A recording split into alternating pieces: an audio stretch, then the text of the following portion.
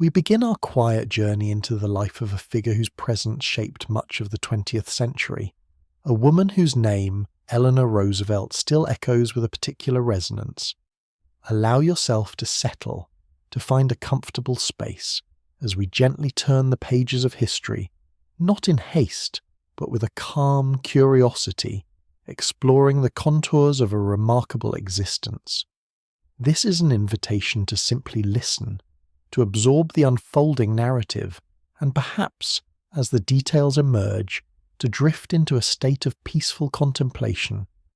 Her image, even today, often evokes a sense of steadfastness, a quiet determination. There is a certain gravity in her gaze, a reflection of the profound experiences that marked her path from a solitary childhood to a position of global influence. We will observe the quiet strength that propelled her forward, often against the prevailing currents of her time, always with an underlying commitment to human dignity. This is not a story of grand pronouncements or dramatic confrontations, but rather a measured exploration of a life lived with purpose and an evolving understanding of the world.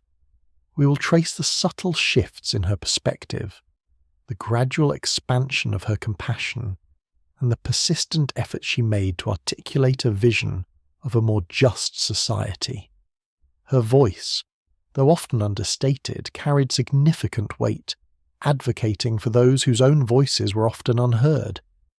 As the narrative unfolds, consider the quiet legacy she left behind, a tapestry woven from countless acts of engagement, advocacy, and a deep-seated belief in the potential for progress. Allow the gentle rhythm of her story to guide your thoughts, perhaps leading you toward a tranquil repose as we prepare to delve into the early chapters of her profound and influential life. Tonight we embark upon a comprehensive journey, tracing the entire arc of Eleanor Roosevelt's existence, from her earliest breath to the quiet close of her long and impactful life. This is an invitation to witness the unfolding tapestry of her years, thread by thread, colour by colour, revealing the intricate patterns that formed her character and defined her contributions. We will move with a deliberate pace, allowing each period of her life to reveal itself naturally, without rush or undue emphasis. Our exploration will begin in the late 19th century, observing the circumstances of her birth and the formative experiences of her childhood and youth. We will then gently accompany her through the complexities of her early adulthood, her marriage, and the demanding role she would eventually assume as First Lady. Beyond the White House years, we will continue to follow her path, noting her sustained dedication to public service and her evolving role on the international stage right up until her final days. This narrative is designed to be a quiet companion, a steady presence as you listen. There will be no sudden shifts or dramatic turns, but rather a continuous flowing account, grounded in the historical record. Our purpose is to inform, to present the facts of her life in a manner that is both thorough and serene, allowing the listener to absorb the details at their own rhythm. Consider this an extended observation, a calm survey of a life that spans significant historical transformations. We will observe the challenges she faced, the decisions she made, and the principles that guided her actions throughout the many decades of her public and private life. From the quiet gardens of her childhood homes to the bustling corridors of international diplomacy, every step of her journey will be approached with a measured and reflective tone. Allow yourself to settle deeper into the experience as we prepare to trace the initial contours of her world. Our journey into the life of Eleanor Roosevelt begins in the bustling yet stratified world of late 19th century New York City. It was there, on October 11th, in the year 1884, that Anna Eleanor Roosevelt entered the world. Her arrival was into a family already deeply entrenched within the social and financial elite of the era, a position that would undeniably shape the very early contours of her existence. Her parents were Anna Hall Roosevelt and Elliot Roosevelt. Anna Hall came from a lineage that boasted significant wealth and social prominence within New York society. The Hall family was known for its established position, a name that carried weight and opened doors within the exclusive circles of the city's aristocracy. Her family's roots extended deep into the colonial history of New York, further cementing their status. Eleanor's father, Elliot Roosevelt, was a figure of charm and considerable social grace. He was the younger brother of Theodore Roosevelt, who would, in time, become a notable president of the United States. The Roosevelt family, unlike the Halls, was among the most distinguished and affluent families in America. Their wealth stemmed from various enterprises, including land holdings and mercantile pursuits, accumulated over generations. The Roosevelt name itself was synonymous with old money, political influence, and a certain patrician bearing. Thus, young Eleanor was born into a world of inherited privilege. Her immediate surroundings were characterized by the comforts and expectations that accompanied such a birthright. Large homes, numerous servants, and a life largely shielded from the economic anxieties faced by most Americans were the unquestioned norms of her earliest environment. This was the landscape of her beginnings, a world of established wealth, deep social connections, and the quiet, a pervasive understanding of one's place within the highest echelons of society. It was from this foundation of considerable advantage that the complex narrative of her life would slowly, steadily, begin to unfold. Despite the comforts of her privileged birth, Eleanor Roosevelt's earliest years were not untouched by sorrow. Indeed, her childhood was profoundly marked by a series of significant losses that would cast a long shadow over her formative emotional landscape. These were not mere inconveniences, but deep personal tragedies that struck at the very core of her young world. The first of these profound losses occurred when Eleanor was but 8 years old. Her mother, Anna Hall Roosevelt, a woman often described as beautiful but somewhat distant, succumbed to diphtheria in 1892. This was a devastating blow for a young child, particularly one who, despite her mother's reservations about her appearance, undoubtedly sought her affection and approval. The absence of a maternal presence at such a tender age left a significant void. Tragedy continued its relentless march shortly thereafter. Her younger brother, Elliot Jr., known affectionately as Hall, also passed away from diphtheria not long after their mother. This compounded the grief, stripping away another vital connection and deepening the sense of emptiness within the household. For a young girl, losing both a mother and a sibling in such quick succession was an immense burden to bear. These losses, while devastating in themselves, also had a ripple effect on her father, Elliot Roosevelt. Already prone to periods of melancholy and struggling with alcoholism, his wife and son's deaths accelerated his decline. His health deteriorated markedly, and his presence in Eleanor's life became increasingly sporadic and troubled. He was sent away for treatment, further separating him from his daughter. Then, when Eleanor was just 10 years old, her father, whom she adored and idealized, passed away in 1894. This final loss severed her last direct parental connection. Orphaned at such a young age, Eleanor was left to grapple with an overwhelming sense of abandonment and isolation. The consistent pattern of loss in these foundational years undoubtedly fostered a deep sensitivity within her, a quiet understanding of sorrow that would, in time, inform her empathy for others. These early experiences forged a resilience, yet also instilled a quiet introspection that became a defining characteristic of her unfolding life. With the passing of both her parents, young Eleanor found herself placed primarily under the care of her maternal grandmother, Mary Ludlow Hall. This transition marked a significant shift in her daily existence and further shaped her developing personality.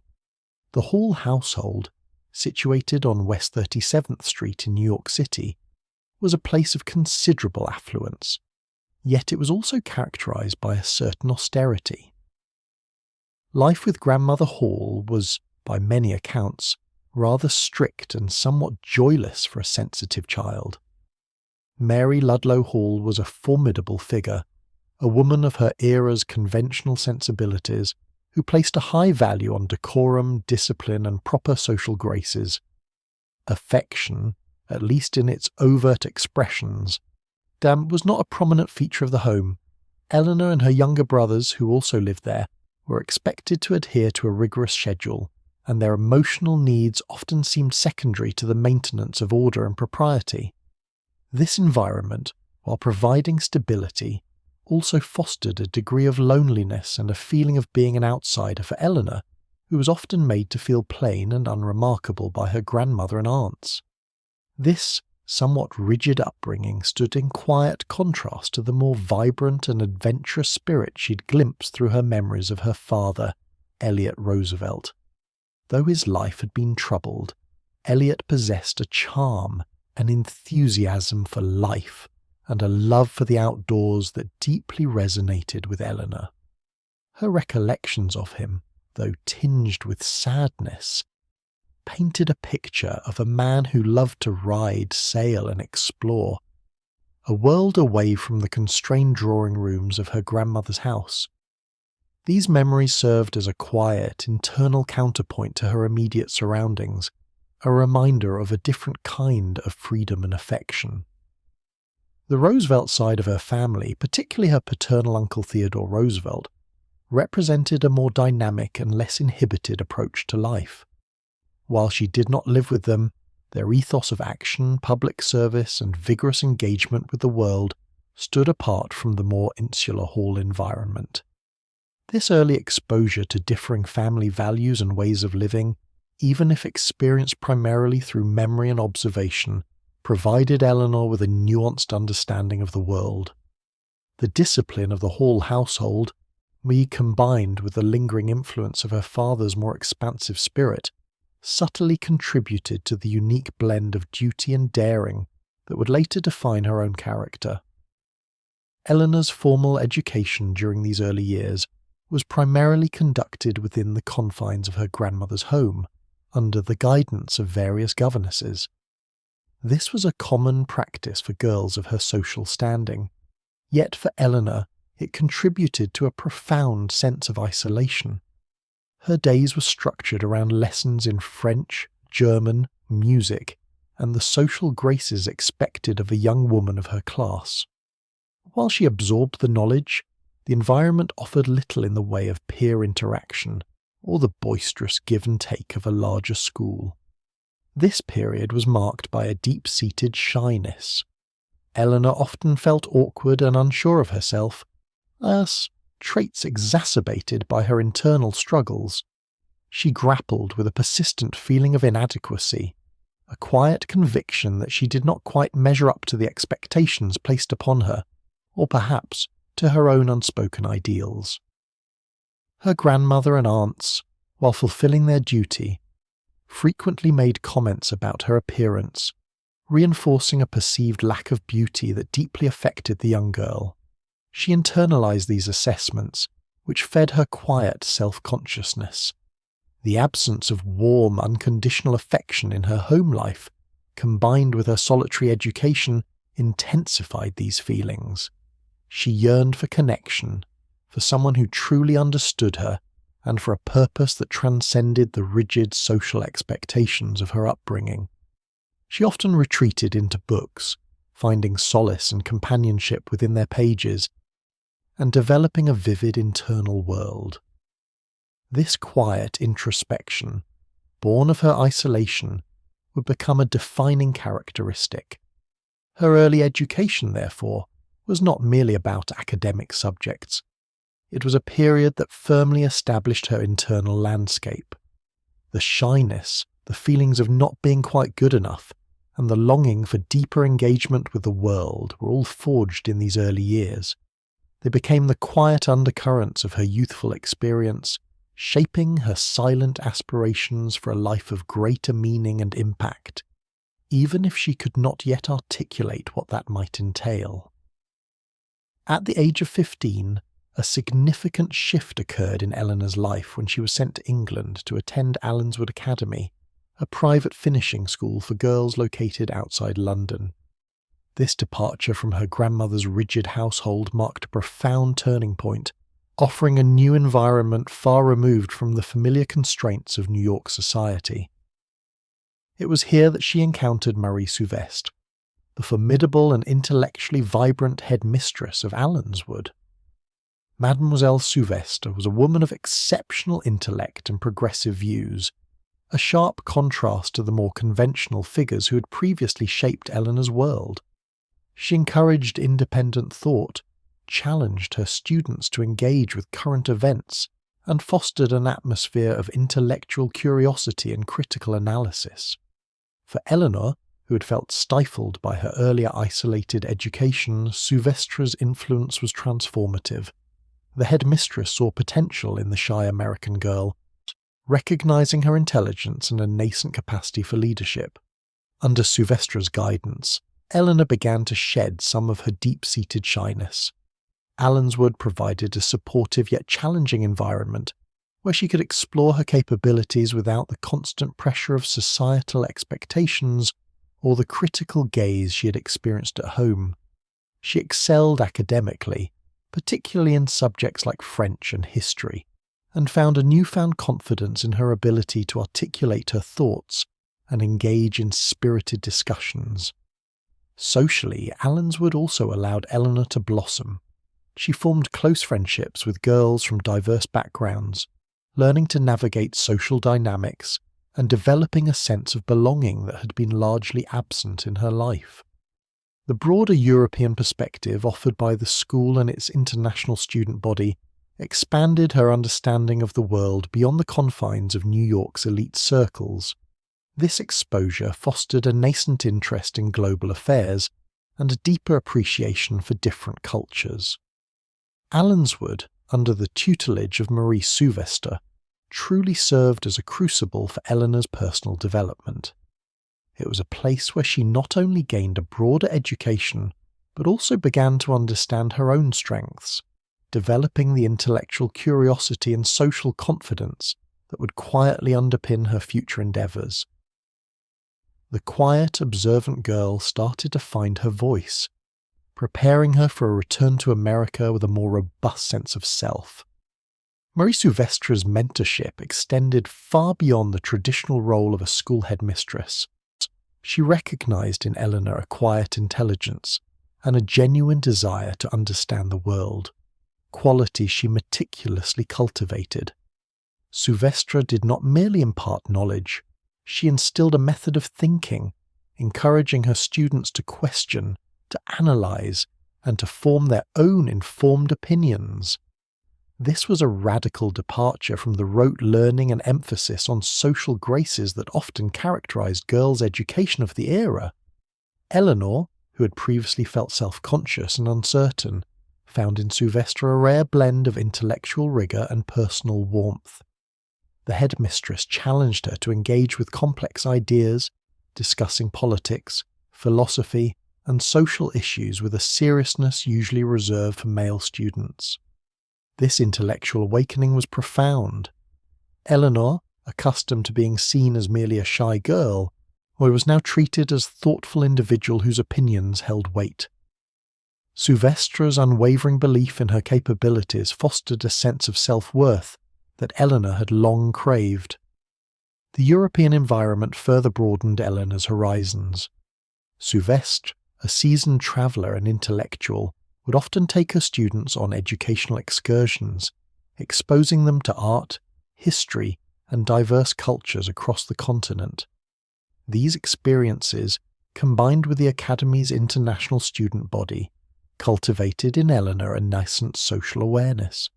She began to observe the nuances of different societies and the varied conditions of people, quietly internalizing these observations. This was a crucial foundation for the deep empathy that would later define her public life. Sylvestre also championed independence.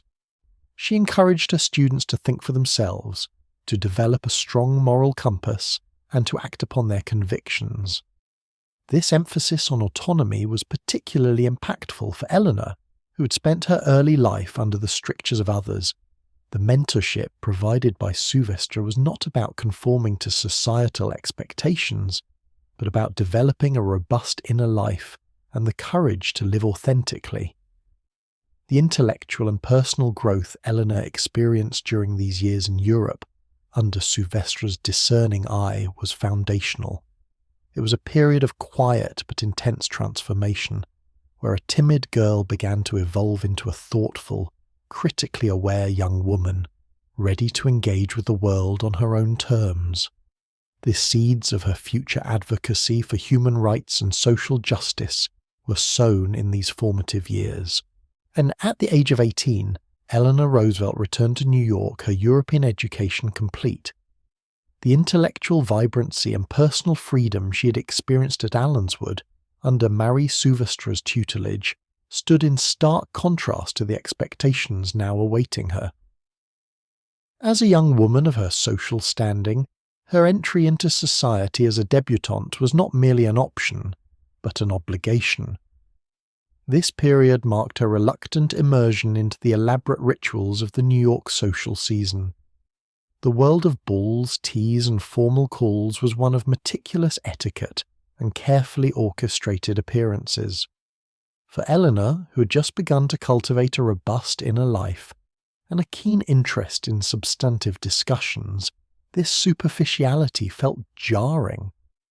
The conversations often revolved around fashion, gossip, and the pursuit of eligible bachelors, a stark departure from the political and philosophical debates she had engaged in with Sylvestre. Her critical mind, now sharpened by years of thoughtful study, found little to engage with in these glittering yet hollow social gatherings. Despite her inherent shyness having somewhat receded, Eleanor found herself profoundly uncomfortable in this prescribed role. She was expected to be charming, to dance gracefully, and to attract attention, yet her deepest inclinations lay elsewhere. Her true interests were in books, in social observation, and in the nascent sense of purpose that had begun to stir within her during her time abroad. The constant pressure to perform a certain kind of femininity, one that prioritized adornment and light-hearted banter over intellect and substance, was a source of quiet disquiet. She fulfilled her social duties, attending the requisite events, but often felt like an observer rather than a participant. The bright lights and polite chatter of the ballroom seemed to underscore her growing awareness of a different world, one with deeper concerns and more meaningful engagements. This period was not entirely without merit, as it allowed her to hone her social skills in a different context and to observe the intricate workings of her own privileged class. However, it also solidified her understanding that her path would likely diverge from the conventional expectations of a society woman.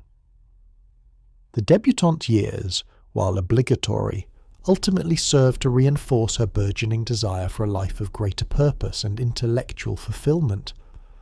Amidst the glittering, yet ultimately unfulfilling, demands of her debutante season, a different calling began to emerge for Eleanor. It was a quieter, more profound pull towards meaningful engagement, a direct outgrowth of the intellectual and social awareness cultivated during her years abroad. This nascent desire for purpose found its initial expression in social work, an avenue that offered a stark contrast to the insulated world of her upbringing. Her involvement began with the Rivington Street Settlement House, situated on the Lower East Side of Manhattan. This institution, like many settlement houses of the era, aimed to bridge the chasm between the privileged and the impoverished, offering education, social services, and community support to immigrant families and the working poor. Eleanor began teaching calisthenics and dance to young girls, a seemingly simple task that nevertheless provided her with an unprecedented window into lives far removed from her own, Stepping into the Rivington Street settlement house was a profound experience. The sights, sounds, and palpable realities of poverty were entirely new to her. She encountered crowded tenements, inadequate sanitation, and the daily struggles of families striving to survive and maintain their dignity amidst immense hardship. This was her first direct and sustained exposure to social inequality, not as an abstract concept discussed in books, but as a lived reality for countless individuals. The stark contrast between the opulent drawing rooms of her social world and the cramped, often desperate conditions of the Lower East Side left an indelible impression, as it sparked within her a deep sense of compassion and a burgeoning understanding of systemic injustice. This first-hand experience ignited a commitment to social justice that would echo throughout her entire life. It was here, in the humble classrooms and bustling corridors of the settlement house, that Eleanor began to find a tangible outlet for her desire to contribute, to alleviate suffering, and to advocate for a more equitable society. This early work was more than just volunteering. It was a foundational awakening, a quiet turning point that illuminated a path of service she would follow for decades to come. Amidst her burgeoning commitment to social work and the ongoing, though increasingly less appealing social calendar, Eleanor reconnected with a distant cousin. This was Franklin Delano Roosevelt, a familiar name within their shared extensive family network. Though they were fifth cousins, their paths had intertwined peripherally throughout their childhoods, often at family gatherings and social events common among their interconnected families. This particular reconnection occurred in 1902, not long after her return from Europe and during his time at Harvard University. Franklin, a vibrant and charismatic young man, possessed a charm and vivacity that contrasted with Eleanor's more reserved demeanour. He was studying law, a path that aligned with the public service expected of young men from his prominent background. Their shared heritage, rooted deeply in the history of New York and the nation, provided an immediate common ground. Both belonged to families long established, with a history of political and social influence. The Roosevelt name itself was a powerful identifier, linking them not only to each other, but also to President Theodore Roosevelt, Franklin's fifth cousin once removed, and Eleanor's uncle. Their initial interactions blossomed into a courtship. Franklin was drawn to Eleanor's intelligence and earnestness, while she in turn found herself captivated by his lively spirit and ambitious outlook. The relationship evolved quietly at first, a developing bond between two individuals from similar social strata, yet with distinct personalities. The familial connection was a significant factor in their courtship, fostering an environment of immediate acceptance and approval. Their families, already entwined through generations of intermarriage and social association, viewed their developing relationship with favour. It represented a natural alignment of two prominent lineages, a reinforcement of the established social order. The prospect of their union was seen as a strengthening of the Roosevelt name, blending the wealth and social standing of Franklin's branch with the historical prestige of Eleanor's. This convergence of family, ambition, and personal connection laid the groundwork for a partnership that would, in time, profoundly shape the course of American history. The bond between Eleanor and Franklin deepened, culminating in a quiet engagement in November 1903. This decision, however, was not met with universal approval, particularly from one significant figure, Franklin's mother, Sarah Delano Roosevelt. Sarah, a woman of formidable will and unwavering devotion to her only son, held a dominant position in Franklin's life. Yet her influence was profound, extending into nearly every aspect of his personal and financial affairs. She was accustomed to managing his world, and the prospect of sharing that role, or even relinquishing some of it, was not readily embraced. Sarah's resistance to the engagement stemmed from several factors. She had envisioned a different match for Franklin, perhaps someone wealthier, or from a family she considered more socially advantageous, despite Eleanor's own distinguished lineage.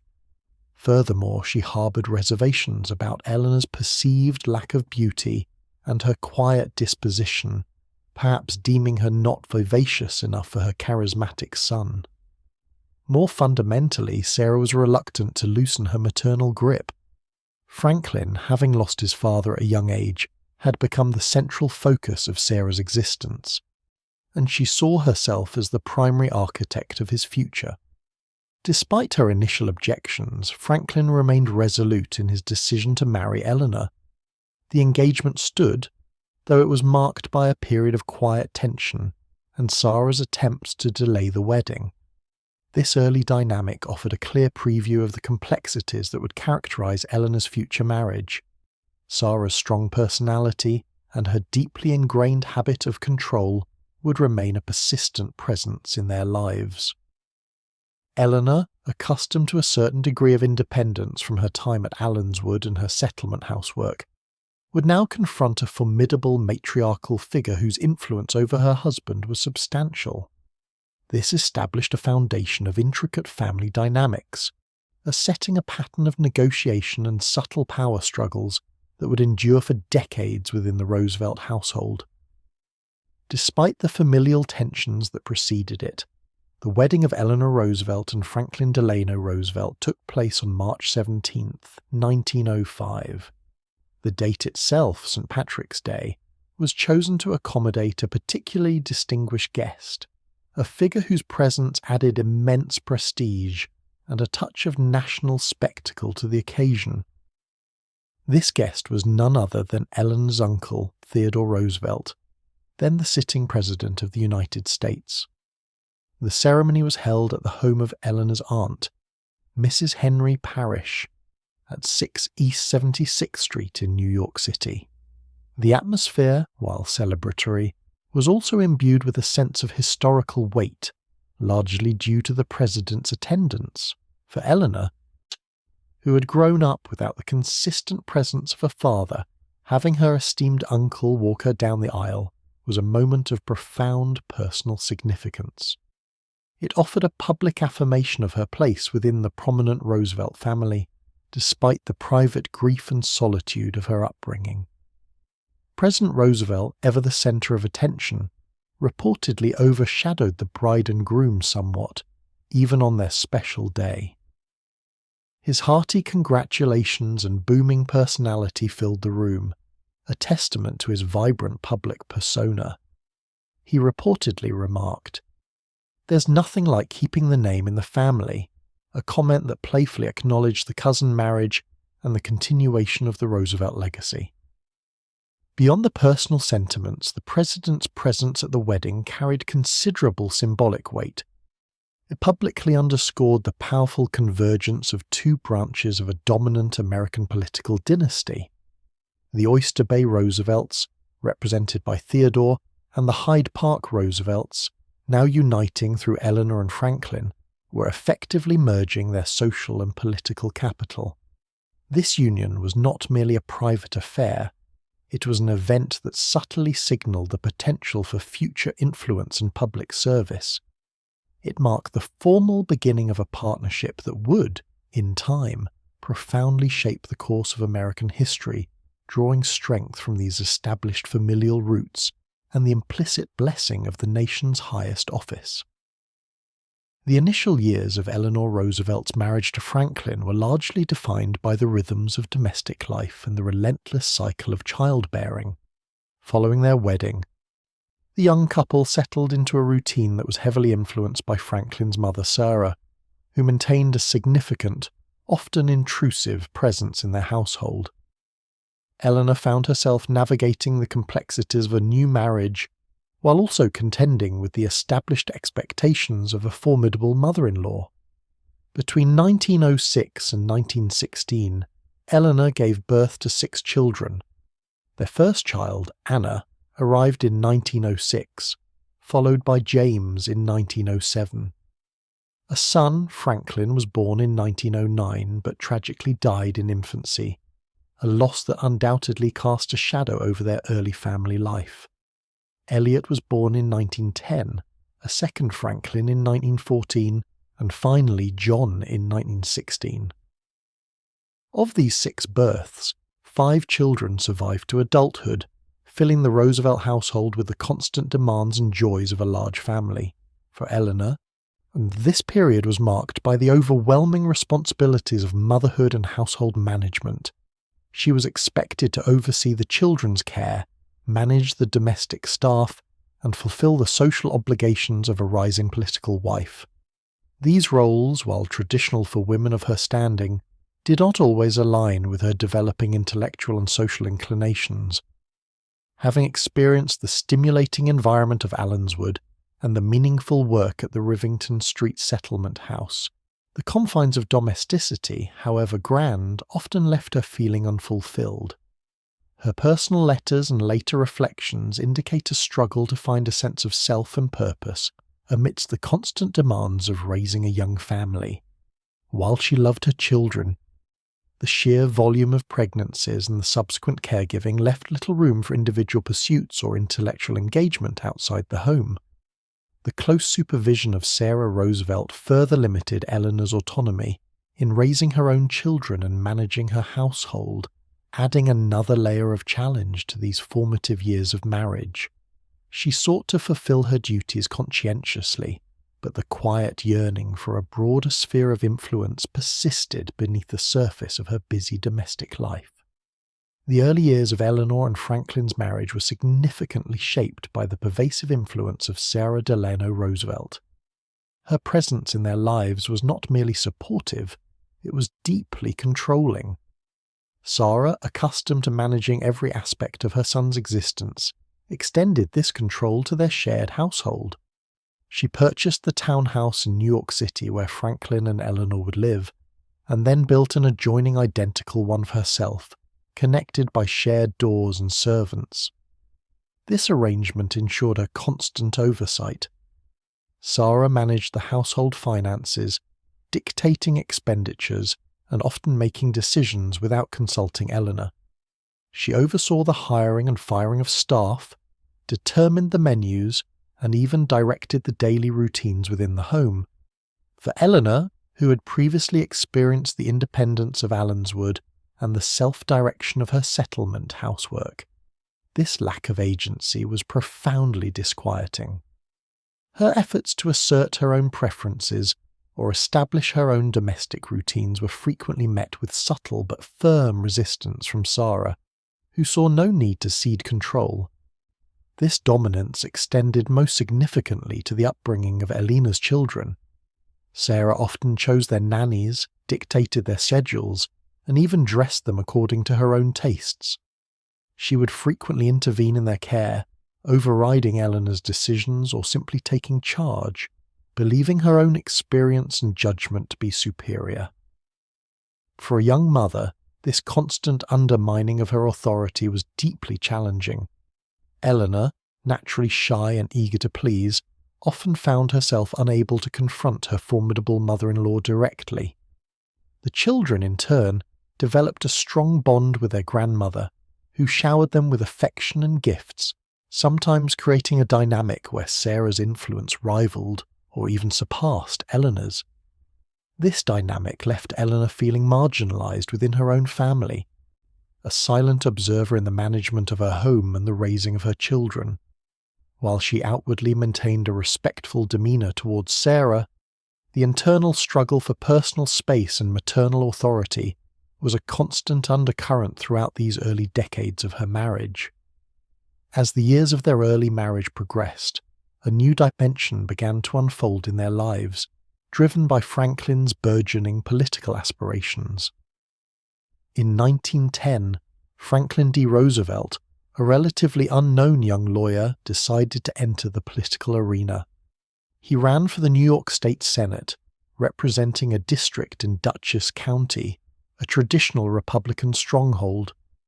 Against expectations, Franklin campaigned vigorously, leveraging his family name and charismatic personality, and ultimately secured the election. This victory marked the true beginning of his public career, shifting the family's focus away from solely domestic concerns. Eleanor's role during this initial period was primarily that of a supportive wife. While Franklin immersed himself in the legislative processes in Albany, Eleanor remained largely at home, managing the children and the household, still under the watchful eye of Sarah Roosevelt. However, the move to Albany and Franklin's new responsibilities did provide Eleanor with some respite from the immediate overwhelming presence of her mother-in-law. She began to observe the political world from a new vantage point, attending legislative sessions when she could, and listening to the discussions that filled their temporary home. Franklin's success in the state Senate quickly garnered attention. His reformist stance and articulate advocacy for progressive policies aligned with the national mood. His energetic approach did not go unnoticed by national Democratic leaders, including Woodrow Wilson. When Wilson was elected president in 1912, Franklin was offered a significant federal appointment. In 1913, he became the Assistant Secretary of the Navy, a position once held by his fifth cousin, Theodore Roosevelt. This appointment necessitated a move to Washington, D.C., a city that would become central to their lives for decades to come. The move to Washington was a pivotal moment for Eleanor. While her primary duties remained domestic, supporting Franklin in his new, demanding role, she was now immersed in the bustling, intricate world of national politics. She began to attend social functions, host official dinners, and navigate the complex hierarchies of Washington society. This period, though still constrained by societal expectations for women, offered Eleanor an unprecedented opportunity to observe political machinations firsthand, to meet influential figures, and to gradually develop her own understanding of public service beyond the confines of her personal life. The seeds of her future engagement in public affairs were quietly sown amidst the routines of Washington social life. The onset of World War I profoundly altered the landscape of American society, and with it, the trajectory of Eleanor Roosevelt's personal development. When the United States formally entered the conflict in 1917, the national effort required contributions from all citizens. For Eleanor, this presented a significant opportunity to move beyond the traditional confines of her domestic responsibilities and the social obligations of a political wife in Washington. The war provided a legitimate, even patriotic avenue for women to engage in public service on an unprecedented scale. Eleanor seized this opportunity with characteristic diligence. She became deeply involved with the American Red Cross, dedicating considerable time and energy to its various wartime initiatives. Her work included managing a Red Cross canteen at Union Station in Washington, D.C., where she helped serve meals to soldiers embarking on their journeys to training camps or overseas. This was not a ceremonial role. It involved hands-on labour, organisational oversight, and direct interaction with countless individuals. She also assisted at naval hospitals, offering comfort and support to wounded servicemen, witnessing firsthand the human cost of the conflict. Beyond the Red Cross, Eleanor participated in other wartime efforts, such as knitting for soldiers and assisting with fundraising drives. These activities, while seemingly practical, were transformative for her.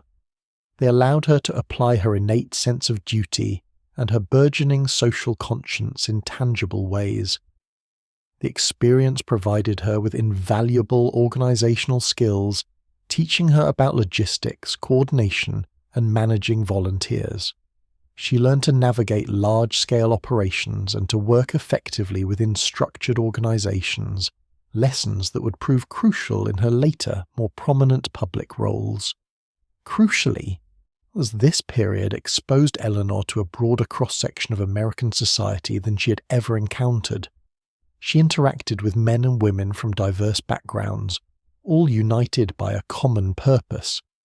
This direct engagement with the realities of wartime life and the needs of ordinary people deepened her understanding of social issues and reinforced her conviction that she had a meaningful contribution to make beyond the private sphere. The war, therefore, became a catalyst, allowing Eleanor to discover and cultivate her own capacity for leadership and public service.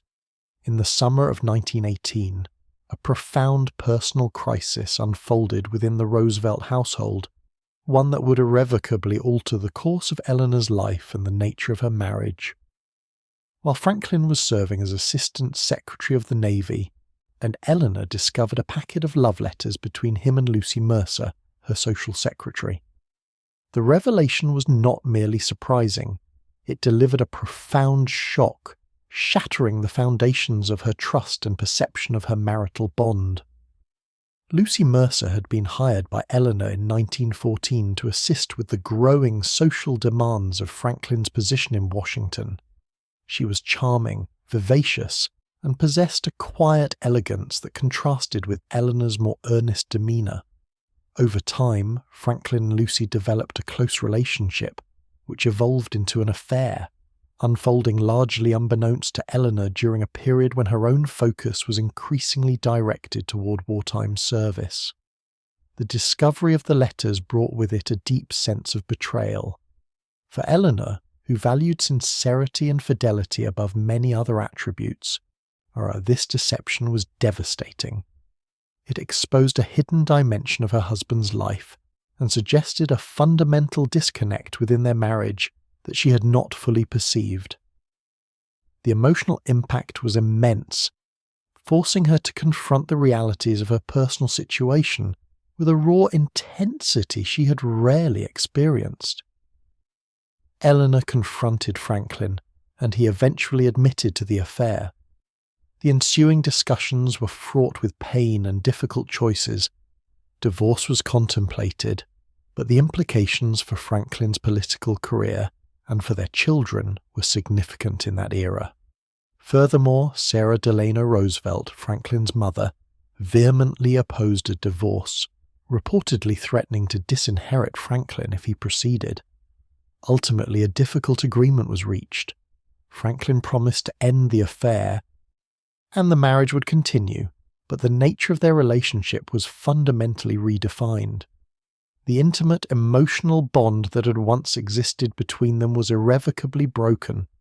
From this point forward, their marriage would become more of a political partnership, a shared commitment to their children and to Franklin's public career, rather than a union based on romantic love or profound emotional intimacy. This personal crisis served as a critical turning point for Eleanor.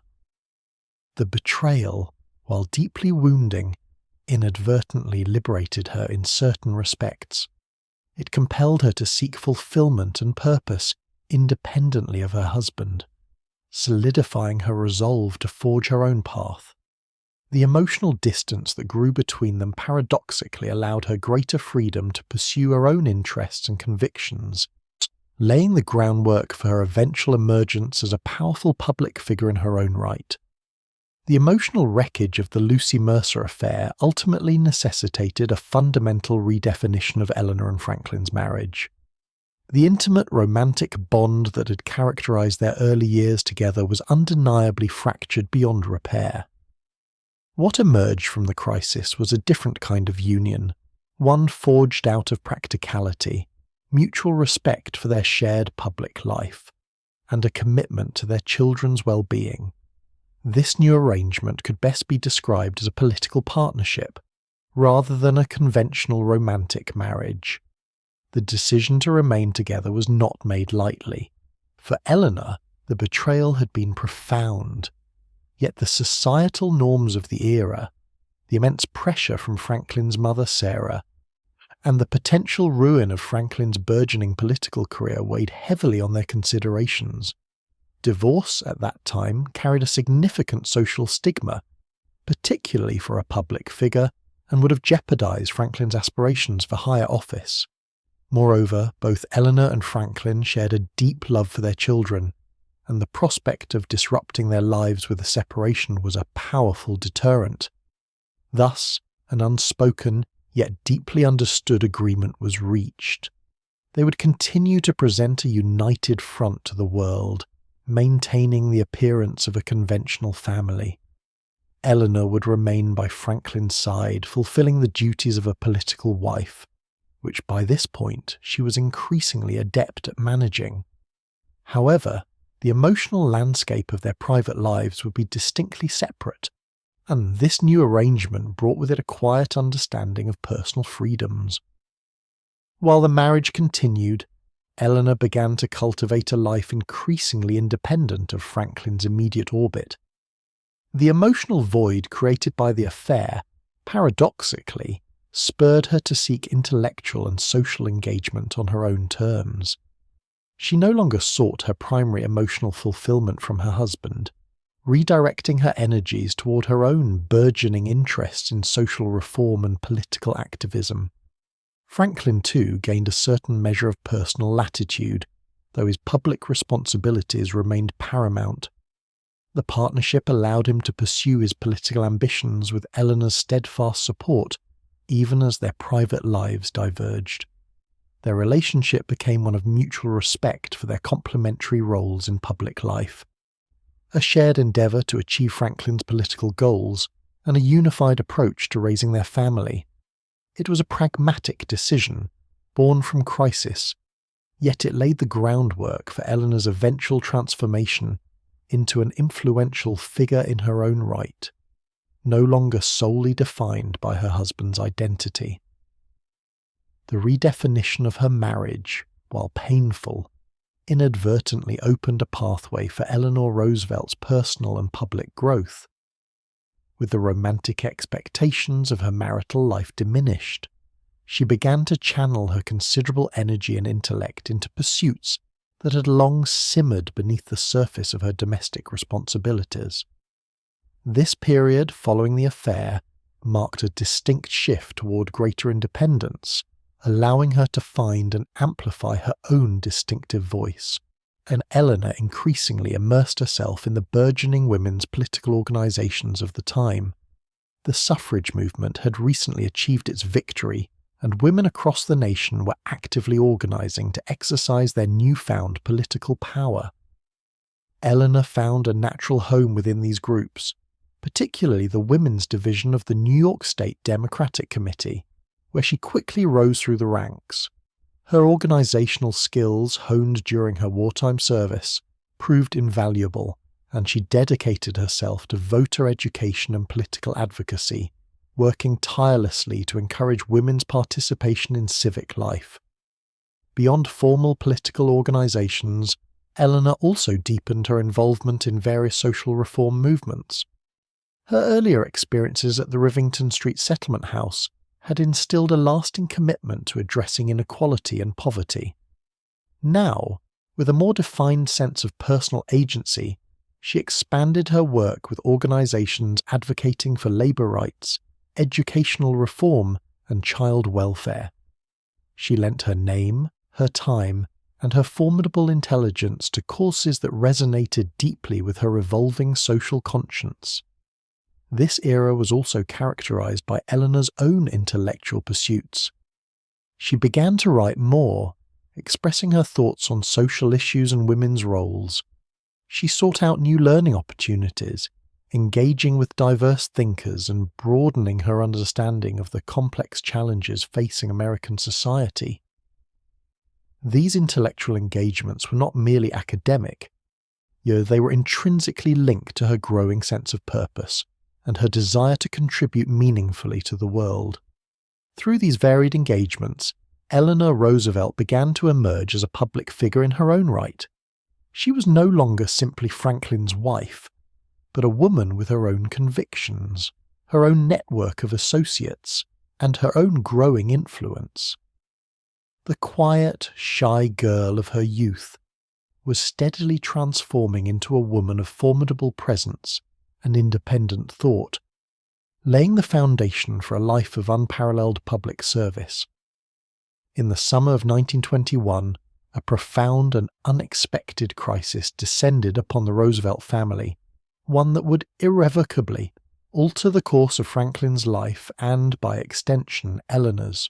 While vacationing at Campobello Island, Franklin D. Roosevelt was struck down by a sudden and severe illness.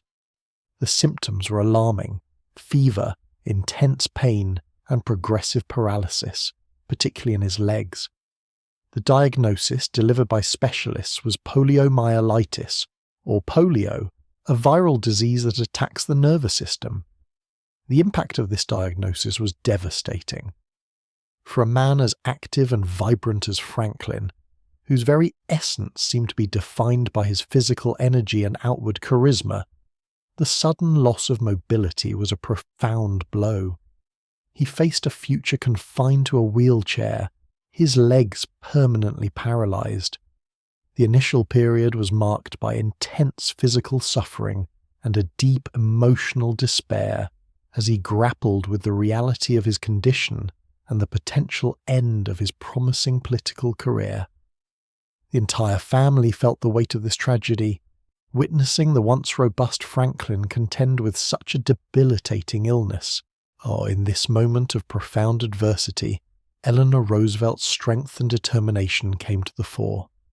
Despite the personal complexities of their marriage, she approached Franklin's illness with an unwavering sense of duty and a deep-seated commitment to his well-being and his future.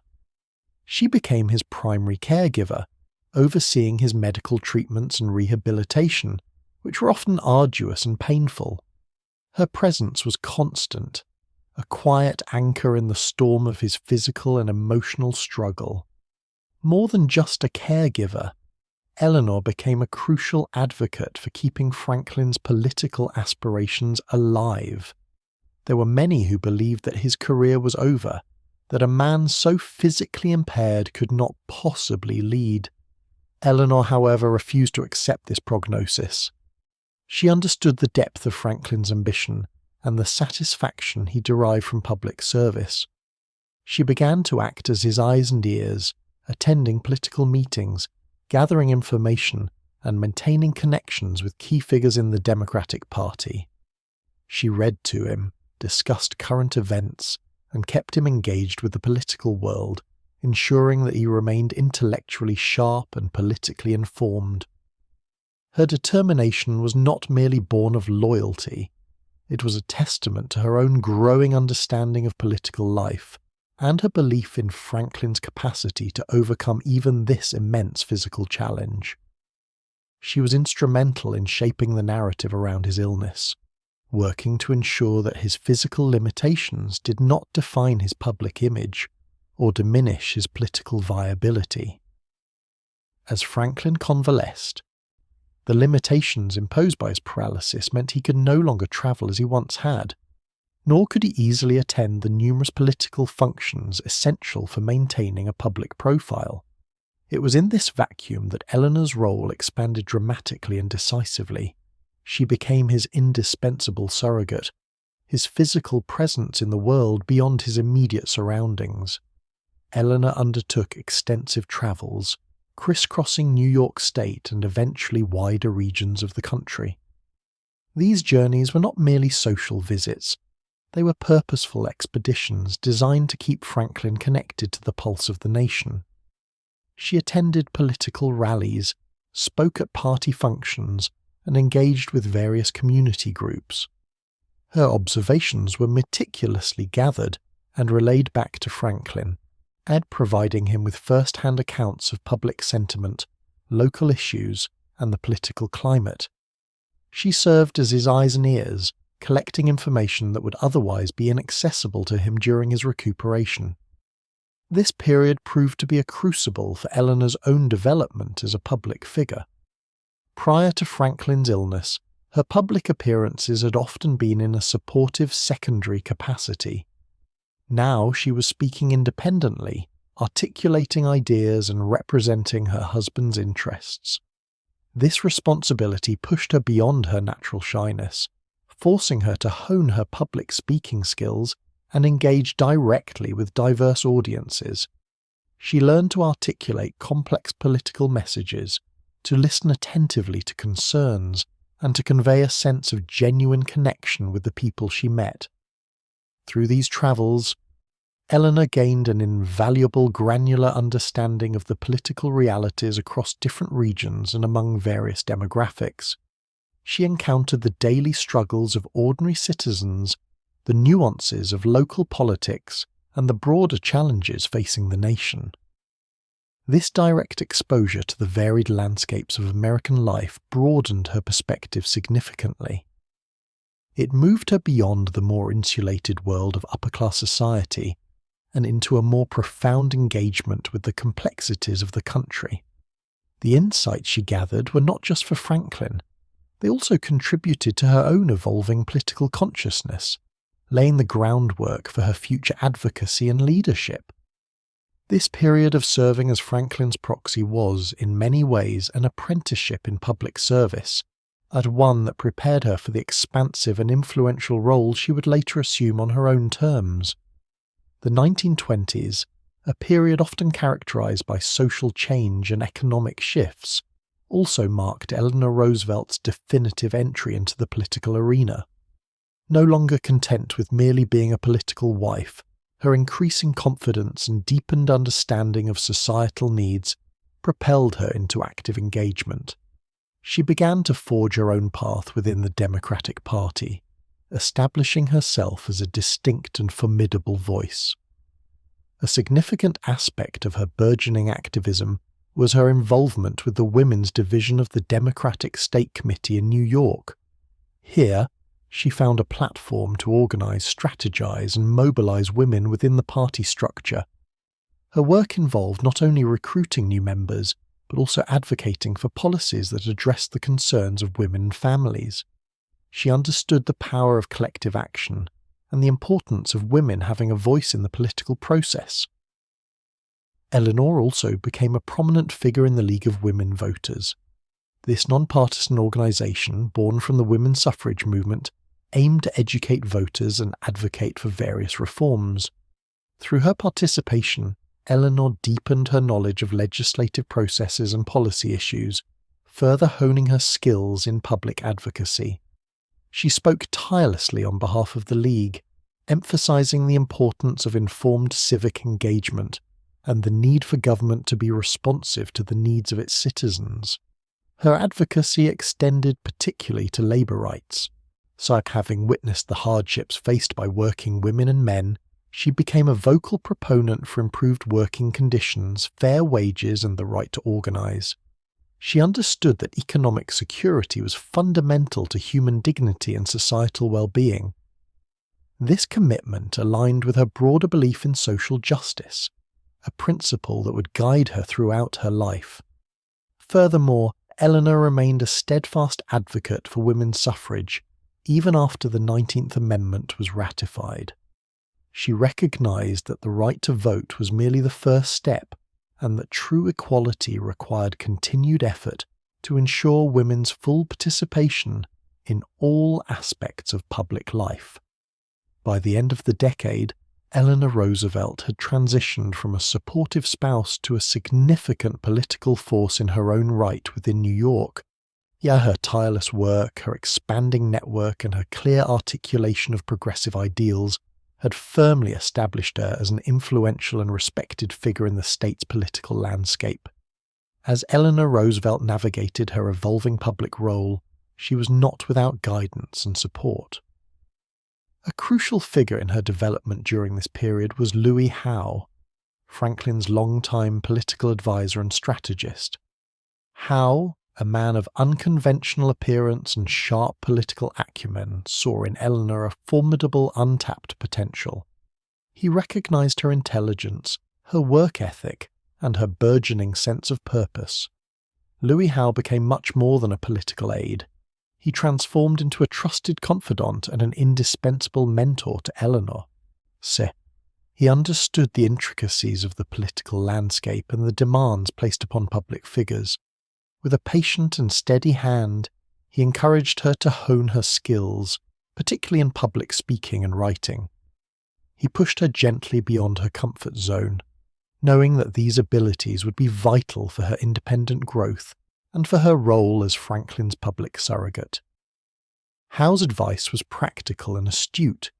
He would review her speeches, offering constructive criticism, helping her to articulate her thoughts with greater clarity and impact. He encouraged her to embrace her own voice, rather than simply echoing others. This mentorship was invaluable, providing Eleanor with a safe space to practice and refine her public persona, was building the confidence she needed to address larger audiences and engage in more complex political discourse.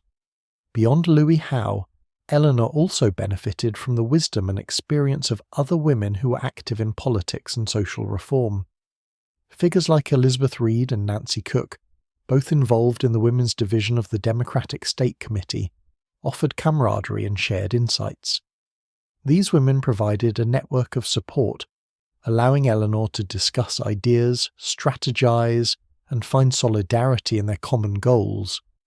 These relationships were formative.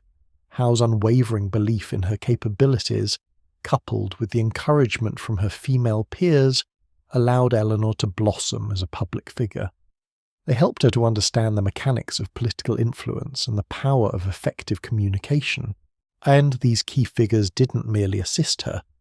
They actively shaped her into the independent and articulate leader she was becoming, ready to step onto an even larger stage. The year 1928 marked a significant turning point in the lives of both Franklin and Eleanor Roosevelt. Franklin's successful campaign for governor of New York brought them to the executive mansion in Albany, an elevation that provided Eleanor with an entirely new and expansive platform. This transition from a prominent political wife and activist to the First Lady of New York State opened up unprecedented opportunities for her to deepen her engagement with social issues. Eleanor Roosevelt embraced this new role with characteristic energy and a quiet determination. She did not view the position as merely ceremonial. Instead, she saw it as an official sanction for her ongoing commitment to understanding and addressing the needs of ordinary citizens. The governor's mansion became not just a residence, but a base from which she could launch more extensive social investigations. Her travels across New York State became more frequent and purposeful. She visited hospitals, schools, prisons, and state institutions, often unannounced, to observe conditions firsthand. She spoke with staff, patients, and residents, gathering information directly rather than relying solely on official reports. These quiet expeditions allowed her to gain an intimate understanding of the challenges faced by various communities, from rural farmers to urban labourers. These observations were not merely for her personal edification. Eleanor Roosevelt began to use her unique position to influence state policy and public perception. She would report her findings back to Franklin, offering insights that were often overlooked by traditional political channels. Her detailed accounts and recommendations helped to inform his decisions and shape the legislative agenda, particularly in areas concerning social welfare, education, and public health. Through her tireless work as First Lady of New York, Eleanor Roosevelt began to carve out a distinct public identity. She demonstrated that the role could be one of active engagement and substantive impact, rather than passive support. Her actions laid the groundwork for a broader public understanding of what a political spouse could achieve, setting a precedent for her future endeavours on an even grander scale. This period was crucial in solidifying her reputation as a compassionate and effective advocate for social justice. As the 1920s drew to a close, a profound shift began to ripple across the United States, a change far more disruptive than any political realignment. The stock market crash of October 1929 was not merely a financial event. It was the precipice from which the nation descended into an economic chasm known as the Great Depression. This period would define an entire generation, reshaping the fabric of American society and the role of its government. The initial shock of the crash quickly gave way to a pervasive and relentless economic contraction. Businesses failed by the thousands, unable to secure credit or find customers. Factories closed their doors, leaving vast numbers of skilled and unskilled workers without employment. The once bustling industrial centres fell silent, their smokestacks cold, their machinery idle. Unemployment soared to unprecedented levels, reaching as high as 25% nationally by 1933 and even higher in some industrial cities. Millions of Americans found themselves without a steady income, their savings depleted, and their futures uncertain. Soup kitchens and bread lines became common sights in urban landscapes, symbols of widespread hunger and desperation.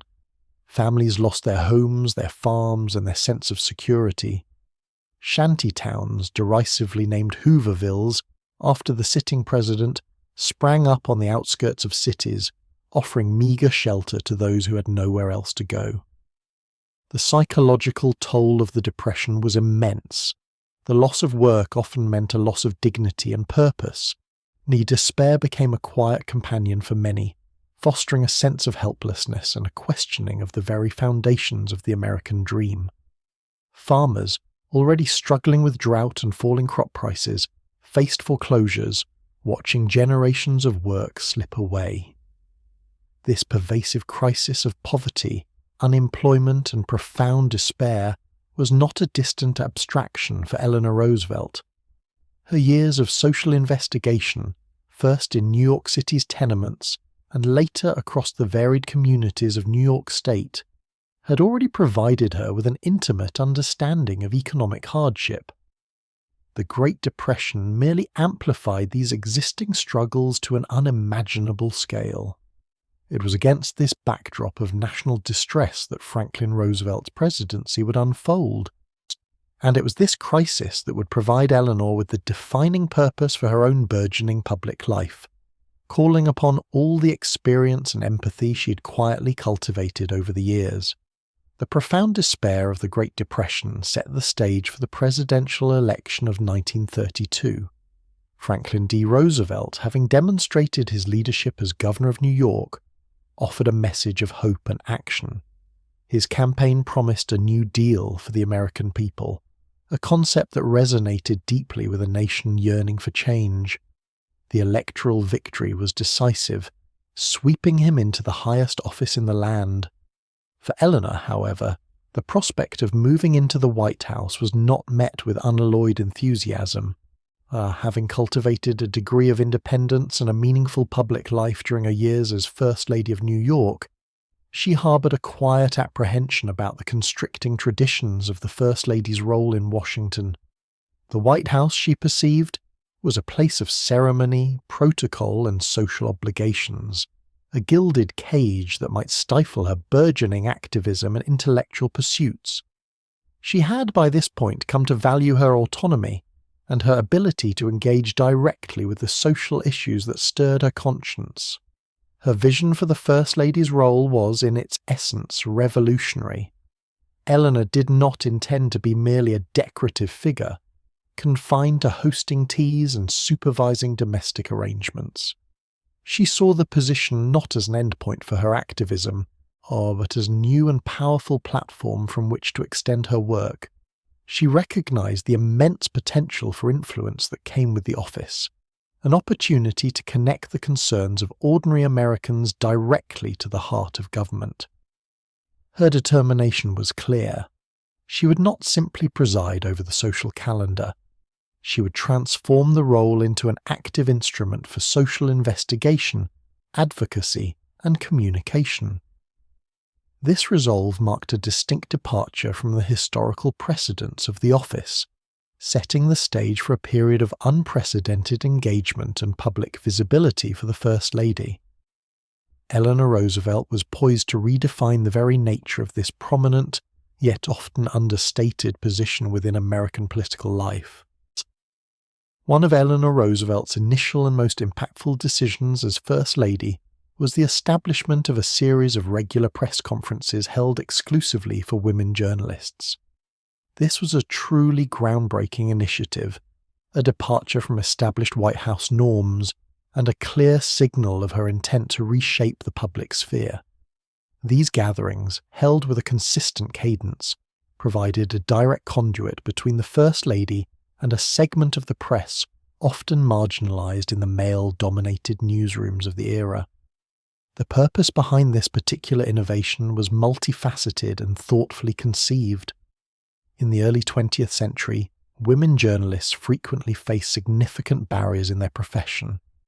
They were often relegated to covering women's issues or society pages, and routinely excluded from the more prominent political news briefings that male reporters attended. Eleanor recognized this disparity and sought to rectify it through her unique platform.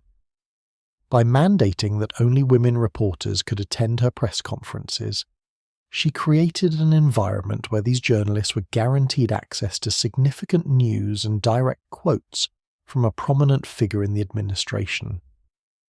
This policy had a profound effect on the professional standing of women in journalism. Newspapers and wire services, realizing that they would miss out on critical White House news if they did not send a woman correspondent, were compelled to hire or assign women to cover the First Lady. This decision not only provided job opportunities, but also elevated the visibility and importance of women's voices within the broader media landscape. It allowed women reporters to gain experience, build their reputations, and report on substantive political and social issues, rather than being confined to less impactful beats. Through these regular interactions, Eleanor Roosevelt fostered a unique relationship with the press, particularly with the women who covered her.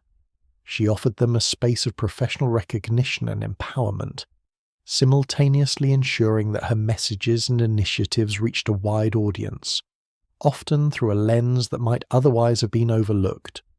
It was a strategic move, showcasing her commitment to both social progress and effective communication. Beyond her groundbreaking press conferences, Eleanor Roosevelt saw even more direct avenues for communication with the American populace. In 1935, she embarked upon a new venture that would become one of her most enduring and personal legacies, a syndicated newspaper column titled My Day. This column, appearing 6 days a week, offered an unprecedented glimpse into the life and thoughts of a First Lady, reaching millions of readers across the nation. My Day was not merely a chronicle of official engagements. Its content was a rich tapestry woven from personal observations, reflections on public policy, and heartfelt advocacy for the causes she championed. Readers would find accounts of her travels, her visits to various New Deal projects, and her encounters with everyday Americans struggling through the Depression. She spoke of her family life, her garden, and her impressions of the books she was reading, creating a sense of intimacy and relatability. Yet, the column was also a powerful platform for discussing substantive issues. Eleanor used My Day to explain complex government policies in accessible language, to highlight social injustices she observed, and to advocate for the rights of marginalized groups. She wrote with conviction about civil rights, labor conditions, education, and the need for greater social welfare. Her prose was direct and unpretentious, reflecting her desire to engage with her readers on an equal footing, rather than from an ivory tower. The impact of My Day was profound. For many Americans, particularly those in rural areas or small towns, the column served as a direct line to the White House, and are offering a sense of connection to their leaders during a time of great uncertainty. It allowed Eleanor Roosevelt to bypass traditional media filters and speak directly to the hearts and minds of her fellow citizens. Through her words, she built a bridge of understanding and empathy, fostering a unique bond with a diverse readership. This consistent personal communication solidified her image as a First Lady who was not merely ceremonial, but deeply engaged with the realities of American life. My Day became an integral part of her public persona, demonstrating her commitment to transparency and her unwavering belief in the power of direct dialogue. It allowed her to shape public opinion, articulate her vision for a more just society, and remain a constant, reassuring presence in the lives of millions, day after day, for decades to come. Beyond her written words and press engagements, Eleanor Roosevelt's commitment to understanding the realities of the Depression manifested in a tireless schedule of travel. She traversed the vast expanse of the United States, often venturing into areas that had been largely overlooked or deemed too difficult to reach. Her journeys were not merely ceremonial appearances, they were extensive fact-finding missions, designed to gather first-hand information about the nation's struggles and the effectiveness of the nascent New Deal programs. From the darkened shafts of coal mines in Appalachia to the sprawling construction sites of public relief projects, Eleanor observed and listened.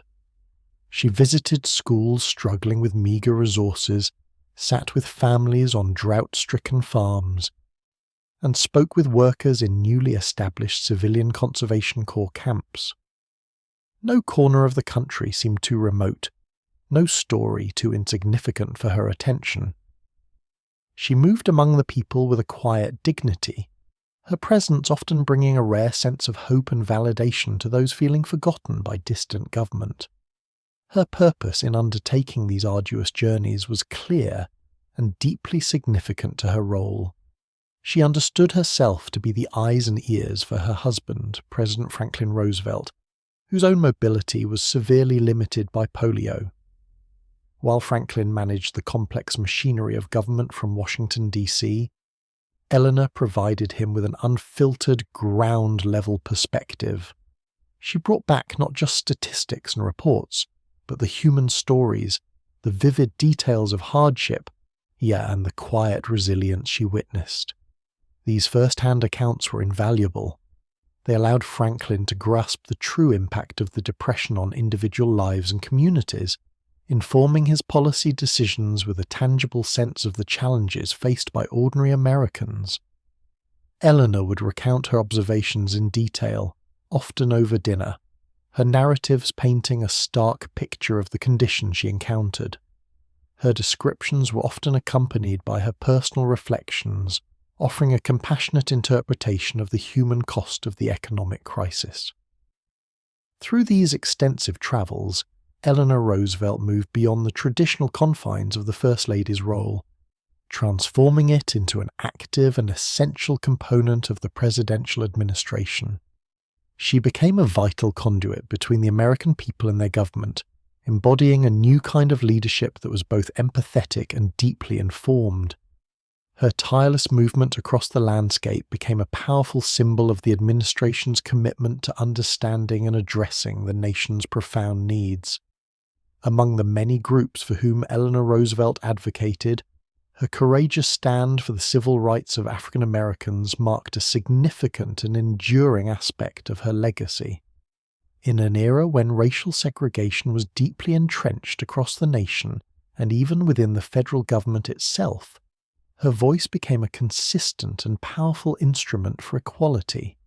She understood that true democratic ideals could not flourish while a substantial portion of the citizenry faced systemic discrimination and injustice. Her commitment to this cause was not merely rhetorical. It was demonstrated through actions that carried considerable personal and political risk.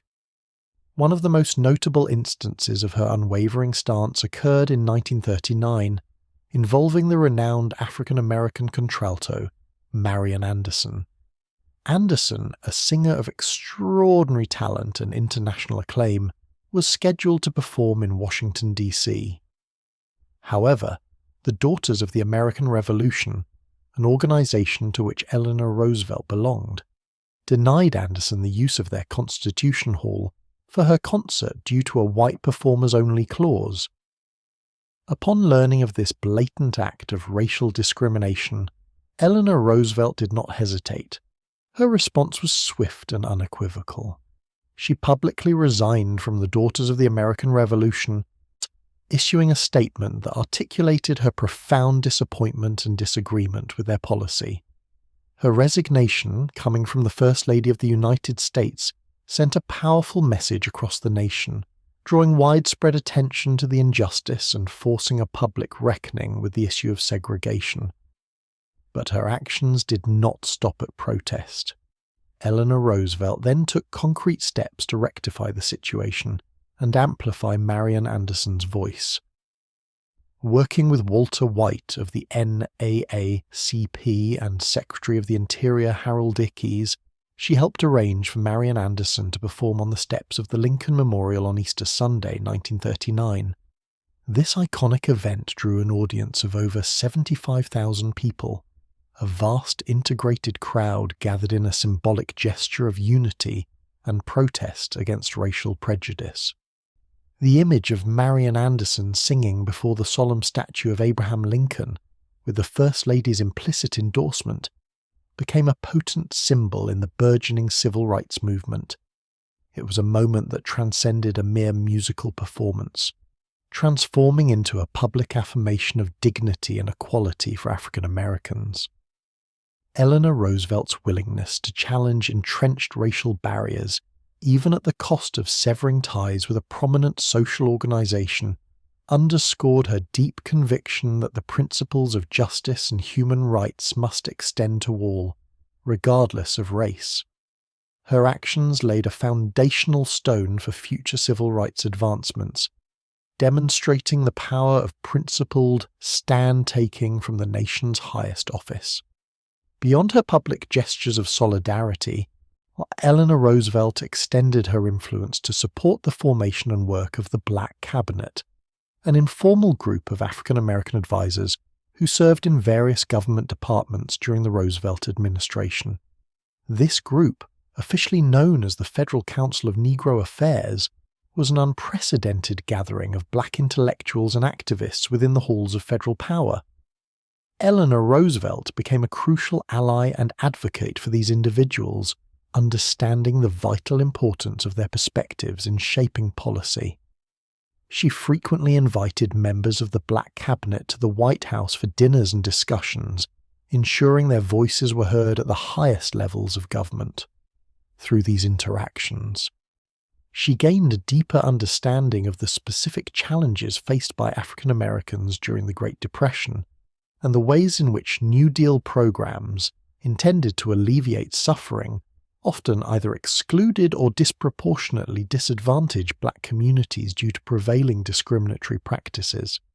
Eleanor Roosevelt then used her considerable influence to press for the equitable distribution of New Deal benefits.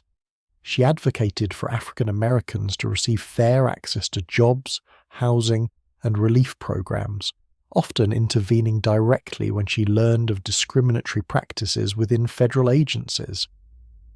Her efforts were instrumental in pushing agencies like the Civilian Conservation Corps, CCC, and the National Youth Administration, NYA, to include African Americans, even if often in segregated units. She understood that while complete integration might not be politically feasible at that moment, ensuring access to economic relief and opportunity was paramount. It is important to acknowledge that the societal norms of her era presented significant limitations.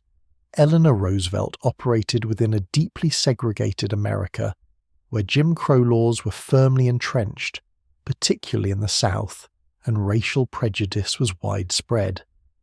Despite her progressive stance, she could not dismantle these systemic barriers overnight, nor could she always convince her husband, who had to navigate a complex political landscape and maintain support from Southern Democrats, to take more radical action.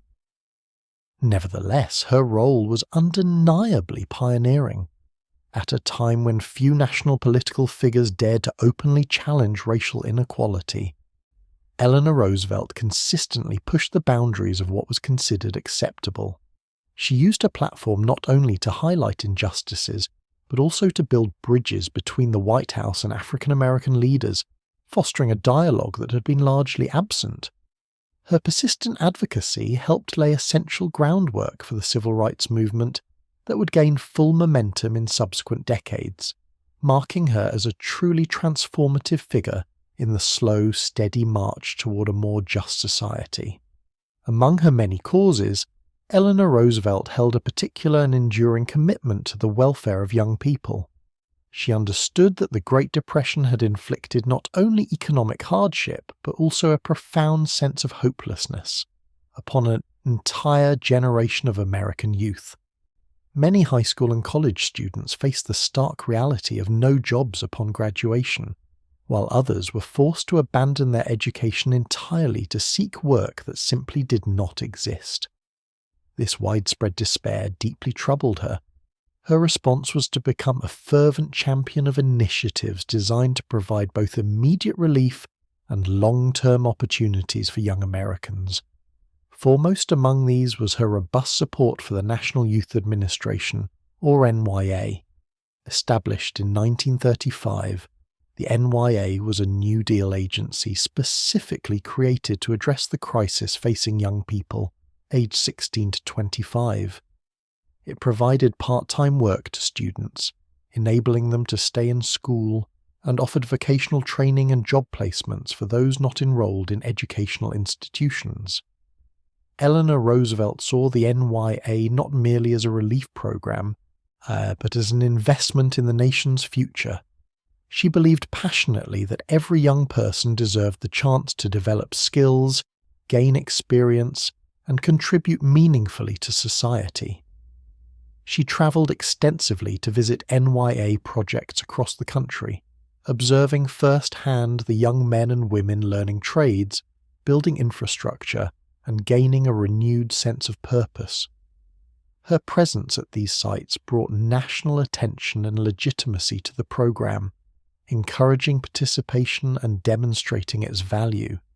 She played a crucial role in advocating for the NYA's funding and expansion, often personally intervening to ensure that its programs reached as many young people as possible, including those from marginalized communities. Her advocacy also ensured that young women, who often faced even greater barriers to employment, were included in NYA initiatives, receiving training in fields that range from clerical work to sewing and domestic service. While the opportunities for young women were often more limited than for young men, her support ensured they were not entirely overlooked. Beyond the NYA, Eleanor Roosevelt consistently spoke out about the importance of education and vocational training as pathways out of poverty and towards civic engagement. She used her My Day column and her public speeches to underscore the moral imperative of nurturing the nation's youth, seeing them as the bedrock of future progress. Her dedication to these causes reflected her own early experiences with education and her lifelong belief in its transformative power, ensuring that the struggles of a generation were not met with indifference, but with active, compassionate intervention. Eleanor Roosevelt possessed a deep-seated belief in the capabilities of women and worked tirelessly to ensure their representation within government and public service, particularly during the transformative years of the New Deal. She understood that for policies to truly serve all Americans, the perspectives and experiences of women needed to be integral to their formation. This conviction translated into concrete efforts to promote qualified women to positions of influence. A central figure in this endeavour was Mary W. Molly Dewson, a seasoned political organiser and social reformer. Dewson became a close friend and trusted advisor to Eleanor Roosevelt, and together they formed a formidable alliance dedicated to advancing women in the Democratic Party and within the Roosevelt administration. Dewson, with Eleanor's steadfast backing, meticulously cultivated a network of capable women, often referred to as Molly's women, who were then recommended for key appointments. Through Eleanor Roosevelt's influence and Dewson's strategic efforts, an unprecedented number of women found their way into significant roles within the federal government. Frances Perkins, for instance, became the first woman to serve in a presidential cabinet, appointed as Secretary of Labor. Her deep understanding of social welfare issues and labor conditions made her an invaluable asset to the New Deal, and her appointment was a direct reflection of Eleanor Roosevelt's advocacy. Other notable women who rose to prominence during this era included Ellen Woodward, who directed women's work projects under the Federal Emergency Relief Administration and later the Works Progress Administration, and Mary McLeod Bethune, who led the Division of Negro Affairs within the National Youth Administration and was a close confidant of Eleanor Roosevelt. These women, and many others, were not merely symbolic appointments. They held substantive positions where they shaped policy, managed programs, and directly impacted the lives of millions. Eleanor Roosevelt understood that placing women in these roles was not just about fairness. It was about bringing a broader range of practical experiences and compassionate perspectives to the challenges of the Depression. She hosted women-only press conferences, providing a unique platform for female journalists and ensuring that women's issues received attention from those who understood them best. Her efforts fundamentally altered the landscape of political participation for women, laying groundwork for future generations and demonstrating that government could be a place where women's voices were not only heard, but actively sought out and valued. Among Eleanor Roosevelt's many journeys across the nation, her visit to Scott's Run, West Virginia, stands as a particularly poignant illustration of her distinctive approach to understanding and addressing the suffering of the Great Depression. In 1933, Scott's Run was a landscape of profound hardship, a coal mining region ravaged by economic collapse, where families struggled with unemployment, hunger, and inadequate housing. It was a place many in power might have avoided, or perhaps viewed through the lens of statistics. But for Eleanor Roosevelt, it represented a direct human connection. She travelled to Scott's Run not for a formal ceremony or a staged photo opportunity, but to bear witness. She walked through the unpaved streets, past dilapidated shacks, and into the meagre homes of miners and their families. She sat on rickety chairs, listened intently to their stories, and observed the raw realities of their daily existence. There was no pretense, no barrier of formality. She simply listened, absorbing the details of their struggles, the quiet dignity amidst their despair. This hands-on engagement was a hallmark of her method. She saw beyond the abstract concepts of poverty and unemployment, seeking to understand the individual impact of these crises. Then, in Scott's Run, she encountered children with distended bellies, mothers worried about their next meal, and fathers whose spirits were broken by idleness. Her presence alone offered a measure of solace, a clear signal that someone in Washington cared, truly cared, about their plight. Her visit to Scott's Run was not merely an act of observation, it was a catalyst for action. What she witnessed there deeply affected her, reinforcing her conviction in the necessity of the New Deal programs. She brought these first-hand accounts back to President Roosevelt, humanizing the statistics and providing a powerful, empathetic voice for those who felt forgotten. Her descriptions of the conditions in Scott's Run helped to solidify support for initiatives like the Civilian Conservation Corps, Public Works Administration, and various relief efforts aimed at alleviating the immediate suffering and rebuilding communities. The enduring image of Eleanor Roosevelt in Scott's Run, unflinching, compassionate, and deeply engaged, became a symbol of her commitment to the common person.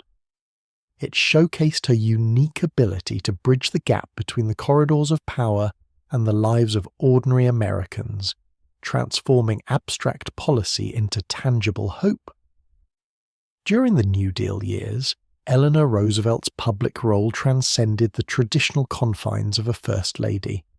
She steadily cultivated an independent political identity, distinct from that of her husband, yet inextricably linked to the administration's goals. Her influence was not merely supportive, it was often directive, pushing the boundaries of what was considered politically feasible and morally necessary. She became a powerful voice within the Roosevelt administration, a constant advocate for its more progressive leanings. While Franklin D. Roosevelt navigated the complex political landscape, often seeking broad consensus, Eleanor frequently urged him and his advisers to adopt more ambitious, inclusive, and socially just policies. Her daily travels, her My Day column, and her network of contacts provided her with an unparalleled understanding of the nation's struggles, particularly among marginalized communities. This knowledge served as a potent tool, allowing her to challenge conventional wisdom and introduce perspectives that might otherwise have been overlooked.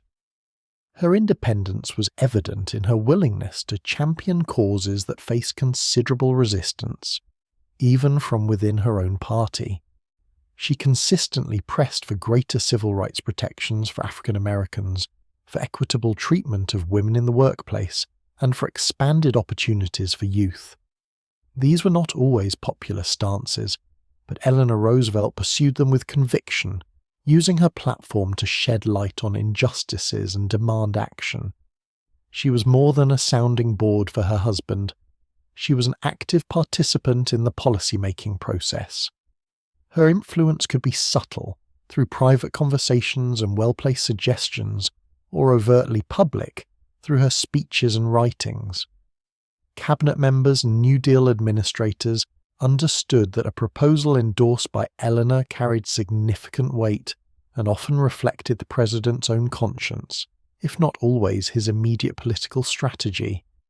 Her presence ensured that the human element, the social impact, and the needs of the most vulnerable were never far from the administration's considerations. Thus, Eleanor Roosevelt evolved into a formidable political force in her own right, shaping the character and direction of the New Deal and firmly establishing her legacy as a proactive, independent, and profoundly influential figure in American politics. As the 1930s drew to a close, a somber shift began to settle over the global landscape. The intense focus on domestic recovery and the intricate challenges of the Great Depression, which had consumed America for a decade, gradually began to recede in the face of an encroaching international crisis. Whispers of distant conflicts transformed into the undeniable roar of war, first in Europe and then, with increasing urgency, across the Pacific. The world was on the precipice of its second great conflagration, and the United States, despite its initial reluctance, found itself inevitably drawn into the maelstrom. This momentous transition from a nation preoccupied with internal economic and social reconstruction to one bracing for a global conflict profoundly altered the national focus. Resources that had been directed towards employment programs, infrastructure projects, and social welfare initiatives were now increasingly diverted to defense industries and military readiness. The very fabric of American life began to reorient itself around the exigencies of war. Factories that once produced consumer goods now manufactured tanks and aircraft. Farmlands contributed to the war effort, and communities organized around rationing and civil defense. For Eleanor Roosevelt, this global crisis necessitated a significant evolution in her already expansive role. Her tireless work in advocating for the disadvantaged and pushing for progressive social reform during the New Deal years had forged her into a unique public figure. Now, with the shadow of war lengthening, her responsibilities broadened to encompass the morale of a nation entering a period of immense sacrifice and uncertainty. Her focus, which had been so deeply rooted in the domestic struggles of the American people, now expanded to address the complex and often heart-wrenching challenges brought about by wartime. This included supporting the troops, comforting their families, and ensuring that the home front remained resilient and united. She understood that the war would place unprecedented strains on American society, and her role would be to help bridge the divides, uplift spirits, and ensure that the principles for which the nation fought abroad were also upheld at home. The outbreak of World War II marked a profound turning point, not only for the United States, but also for Eleanor Roosevelt's public service. She would now channel her formidable energy and compassionate spirit into navigating the complexities of a nation at war, adapting her advocacy to meet the urgent and often harrowing demands of a global crisis. With the United States fully engaged in the global conflict, Eleanor Roosevelt embraced a new dimension of her public service, that of a tireless traveller and morale booster. Her inherent empathy and desire to connect directly with people, honed during the Depression years, now found expression on an unprecedented scale. both within the nation's borders and across distant oceans. She embarked on extensive journeys, transforming her role into that of a vital link between the government and the individuals bearing the brunt of the war effort. Domestically, her travels took her to countless factories humming with wartime production. She walked among the workers, observing the shift from peacetime manufacturing to the urgent creation of armaments, vehicles and supplies. She visited shipyards where new vessels were forged with astonishing speed, and aircraft plants where planes rolled off assembly lines with relentless efficiency. Her presence offered a tangible connection to the nation's leadership, acknowledging the immense effort and sacrifices being made by those on the home front. She spoke with labourers, listened to their concerns, and offered words of encouragement, affirming the critical importance of their contributions to the war.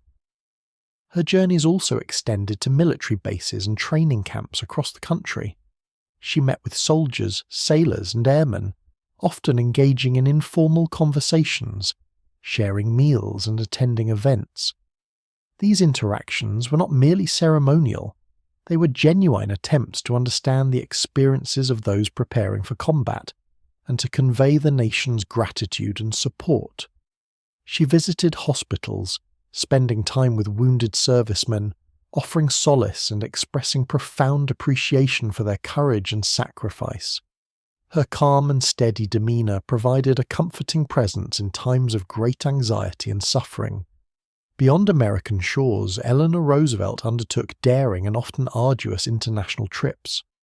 Perhaps most notably, she journeyed to the South Pacific in 1943, visiting troops in remote and challenging conditions. This was an extraordinary undertaking for a First Lady, venturing into active war zones to see the realities faced by American forces firsthand. She visited hospitals overflowing with wounded men, spoke to soldiers awaiting deployment, and observed the harsh conditions under which they lived and fought. Her presence in these far-flung outposts was a powerful symbol of connection from home, a demonstration that their sacrifices were recognized and deeply valued. These travels, both near and far, were more than simple inspections. They were profound acts of connection. Eleanor Roosevelt became a living embodiment of national support, her calm presence and genuine interest serving as a powerful balm for the anxieties and hardships of wartime. She fostered a sense of unity and purpose, connecting the efforts on the home front with the battles being fought overseas and ensuring that the morale of the nation remained steadfast in the face of a global conflict. Even amidst the global conflict and her extensive travels, Eleanor Roosevelt's commitment to social justice did not wane. Rather, it intensified, particularly concerning the treatment of minority groups within the United States. She understood that the fight for democracy abroad was inherently linked to the pursuit of equality at home, and she continued to use her platform to advocate for those often overlooked or marginalized. Her voice remained a consistent advocate for African Americans, urging for their full participation in the war effort and an end to discriminatory practices. She challenged the segregation within the armed forces and in defense industries, recognizing that denying opportunities to a significant portion of the population undermined both moral principles and national strength. She pushed for fair employment practices, understanding that economic justice was a cornerstone of true equality. Her public statements and private interventions aimed to dismantle the systemic barriers that prevented African Americans from contributing their full talents and receiving equal treatment, even as they fought for the nation. A particularly poignant and challenging aspect of her wartime advocacy centered on Japanese Americans. Following the attack on Pearl Harbor, a wave of fear and prejudice led to the executive order mandating the internment of over 100,000 Japanese Americans, many of whom were US citizens, into remote camps. Eleanor Roosevelt found herself in quiet yet firm opposition to this policy. While she understood the anxieties of the time, She viewed the mass incarceration of individuals based solely on their ancestry as a profound violation of American principles of justice and individual rights. She visited some of these internment camps, observing the conditions and speaking with those who had been forcibly removed from their homes and livelihoods. Her visits were not endorsements of the policy, but rather expressions of concern and a quiet protest against the injustice. She used her column My Day and her personal influence to highlight the plight of Japanese Americans, questioning the necessity and morality of the internment. While her efforts did not immediately reverse the policy, her consistent, principled stand provided a crucial voice of dissent and a historical record of opposition from within the highest levels of government. Eleanor Roosevelt's wartime advocacy for African Americans, Japanese Americans, and other minorities underscored her unwavering belief that the nation's strength derived from its commitment to justice and fairness for all its citizens, regardless of race or origin. She understood that a true victory in the war would also require a victory for civil rights at home. The crucible of global war further shaped the complex relationship between Eleanor and Franklin Roosevelt. Their union had long evolved beyond conventional marital intimacy, transforming into a formidable political partnership forged through shared purpose and mutual understanding of their public roles. During the war years, this partnership deepened, not through renewed personal closeness, but through the immense, unifying pressure of leading a nation through an unprecedented crisis. Franklin, burdened by the weight of wartime decisions and his declining health, increasingly relied on Eleanor's unique contributions, her extensive travels, her direct connections with the American people, and her unwavering advocacy for social justice provided him with invaluable insights into the nation's morale and its domestic challenges. She served as his eyes and ears on the home front and even in distant war zones, bringing back first-hand accounts and perspectives that no other advisor could provide. Her reports were not simply observations, they were infused with an empathetic understanding of human experience that Franklin, confined by his physical limitations and the demands of his office, could not personally gather. Their correspondence during this period, while often practical and focused on matters of state, reveals a profound respect for each other's capabilities and dedication. They communicated not as husband and wife in the traditional sense, but as two powerful figures collaborating on a monumental task.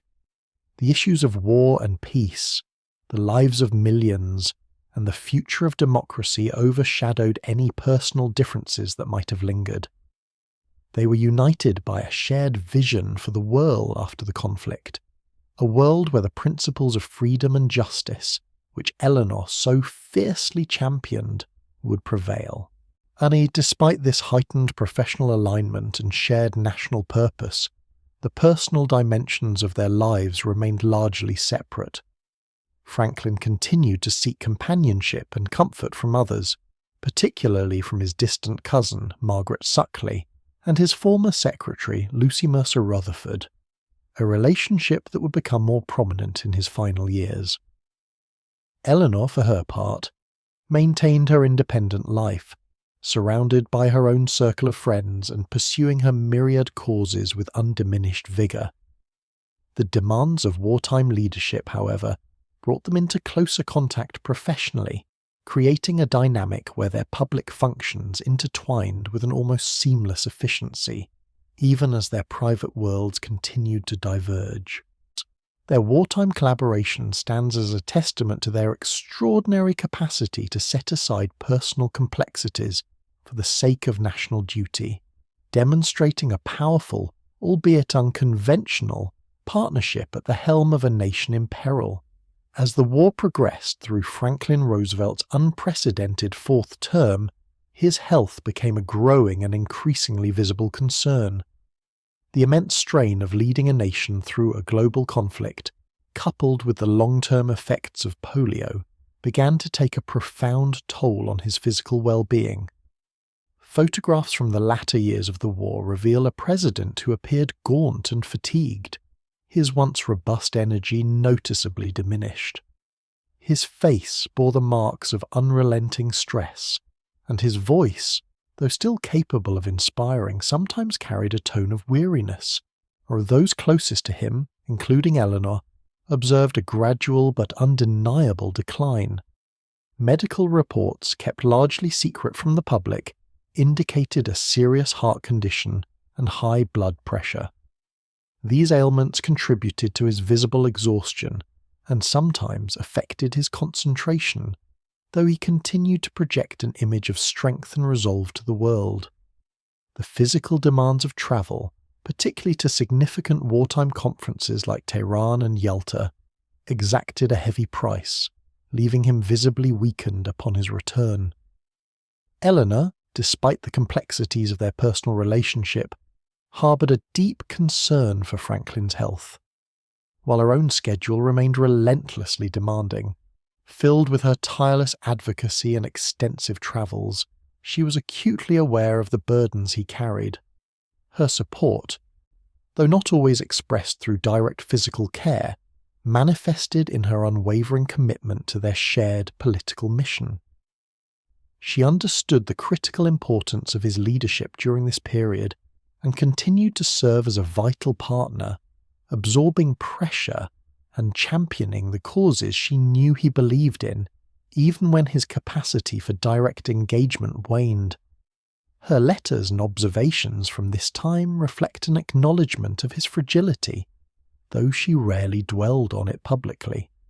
Instead, she focused on maintaining her own rigorous pace, perhaps as a way to compensate for his diminishing strength, or simply because her own sense of duty compelled her forward. She recognized that the nation needed a strong, unified front, and she continued to play her indispensable role, even as the man at the center of it all was slowly succumbing to the weight of his responsibilities and the relentless advance of illness. The sight of Franklin's declining health was a quiet yet persistent shadow over the final years of the war, a stark reminder of the human cost of leadership in times of global crisis. The morning of April 12, 1945, began much like any other for Eleanor Roosevelt. She was attending to her duties, preparing to speak at a garden club in Washington, D.C., when she received a summons to return to the White House. Upon her arrival, she was met by her daughter Anna and Stephen Early, Franklin's press secretary, who delivered the news that Franklin had suffered a massive cerebral hemorrhage and had passed away that afternoon in Warm Springs, Georgia. Eleanor's immediate reaction, though deeply personal, was characterized by a quiet fortitude that had defined much of her public life. She received the news with a composure that belied the profound shift it represented in her world. Her first thoughts turned to the practicalities, notifying the children, and then, perhaps most significantly, informing Vice President Harry S. Truman of his new responsibilities. It was Eleanor who uttered the now famous words to Truman, "The President is dead," a stark pronouncement that irrevocably altered the course of American history. The death of Franklin D. Roosevelt sent a wave of profound grief across the nation, and indeed around the world. For many Americans, he was the only president they had ever known, a steady presence who had guided them through the depths of the Great Depression and the trials of a global war. News of his passing brought an immediate halt to daily life. Radios carried somber announcements, stores closed their doors, and ordinary citizens wept openly in the streets. There was a sense of collective loss, a feeling that an era had definitively come to an end. For Eleanor, Franklin's death marked not only the loss of a husband and a longtime political partner, but also the end of her role as First Lady. It was a profound transition, liberating her from the specific constraints and expectations of that position, while simultaneously severing a connection that had shaped her life for over 40 years. The White House, which had been her home and her platform for 12 years, would soon no longer be hers. This moment, therefore, represented both a personal sorrow and the threshold of an entirely new chapter in her remarkable life, and one where she would forge an even more independent path on the global stage.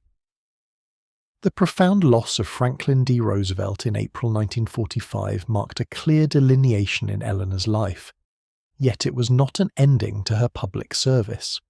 Rather, it became a significant turning point, freeing her from the specific responsibilities and inherent limitations of being First Lady. The constraints of the White House, while providing a powerful platform, had also dictated certain protocols and expectations. With Franklin's passing, those particular bindings dissolved, allowing her to pursue her deeply held convictions on a broader, more independent stage. Initially, there was a period of adjustment. She moved from the White House, returning to her beloved Val-Kill cottage in Hyde Park, New York. This return to a more personal space might have suggested a retreat from public life for someone else. However, for Eleanor, it was merely a change of address, not a withdrawal from her purpose. Her commitment to social justice, human rights, and international cooperation remained as steadfast as ever. The global landscape was shifting dramatically with the end of the war, and new challenges and opportunities for peace and reconstruction were emerging. It was in this immediate post-presidency period that her independent voice, already strong and influential, began to resonate with an even greater clarity and authority. No longer bound by the need to represent the policies of a sitting president, she could speak with an unvarnished honesty on issues that mattered to her most. This newfound freedom allowed her to engage with international affairs in a way that had been impossible while she served as First Lady. Her reputation, built over decades of tireless work and advocacy, preceded her. She was already known globally as a champion of the disadvantaged, a woman of integrity and formidable intellect. This established standing, combined with her release from domestic political obligations, positioned her perfectly for the international challenges that lay ahead. The world was beginning to heal from the wounds of war, and a new global order was being formed. Eleanor Roosevelt was uniquely poised to play a pivotal role in shaping its moral foundations, embarking on a new beginning that would elevate her public service to an even higher plane. The year 1945, a period of immense global transformation, also marked a profound new direction for Eleanor Roosevelt. President Harry S. Truman, who had assumed office after Franklin's death, made a significant decision that would shape her future and, in turn, the future of international human rights. In December of that year, he appointed Eleanor Roosevelt as a delegate to the first session of the United Nations General Assembly. This was not a ceremonial gesture, but a recognition of her unique capabilities and her deeply held commitment to the principles that the newly formed international body sought to uphold. The appointment was met with some skepticism in certain political circles. There were those who questioned the wisdom of sending a woman, particularly one known more for social activism than traditional diplomacy, to such a critical international forum. However, Truman, who had witnessed her effectiveness and moral authority firsthand during her husband's presidency, understood the value she brought. He recognized that her global stature, her extensive network of contacts, and her unwavering dedication to peace and human rights were precisely the qualities needed in the nascent United Nations. For Eleanor herself, this was a pivotal moment, a direct call to service on a stage commensurate with her aspirations for a better world. The United Nations, envisioned as a successor to the League of Nations, held the promise of preventing future global conflicts and establishing a framework for international cooperation. This was a mission that resonated deeply with her lifelong convictions. She understood the immense responsibility that came with representing the United States at this foundational gathering. Her role as a delegate immediately placed her in the heart of the complex negotiations that would define the early work of the United Nations. It was a challenging environment, filled with diverse national interests and the lingering shadows of the recent war. Yet, she approached this new challenge with her characteristic blend of earnestness, practicality, and an unwavering belief in the potential for human progress. This appointment was not merely a job, it was a profound global calling, offering her the opportunity to translate her ideals into concrete action on an unprecedented scale. It set the stage for one of the most impactful chapters of her post-presidency life. Among her many contributions at the United Nations, Eleanor Roosevelt's most enduring legacy emerged from her leadership of the Human Rights Commission. In 1946, then she was elected to chair this newly formed body, tasked with the monumental undertaking of defining universal human rights in a post-war world.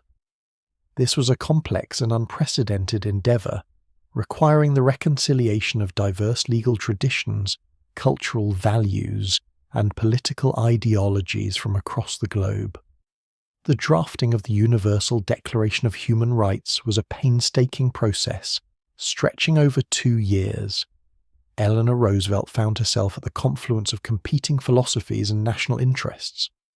Representatives from various nations often held vastly different views on the nature of individual rights, the role of the state, and the balance between civil and economic freedoms.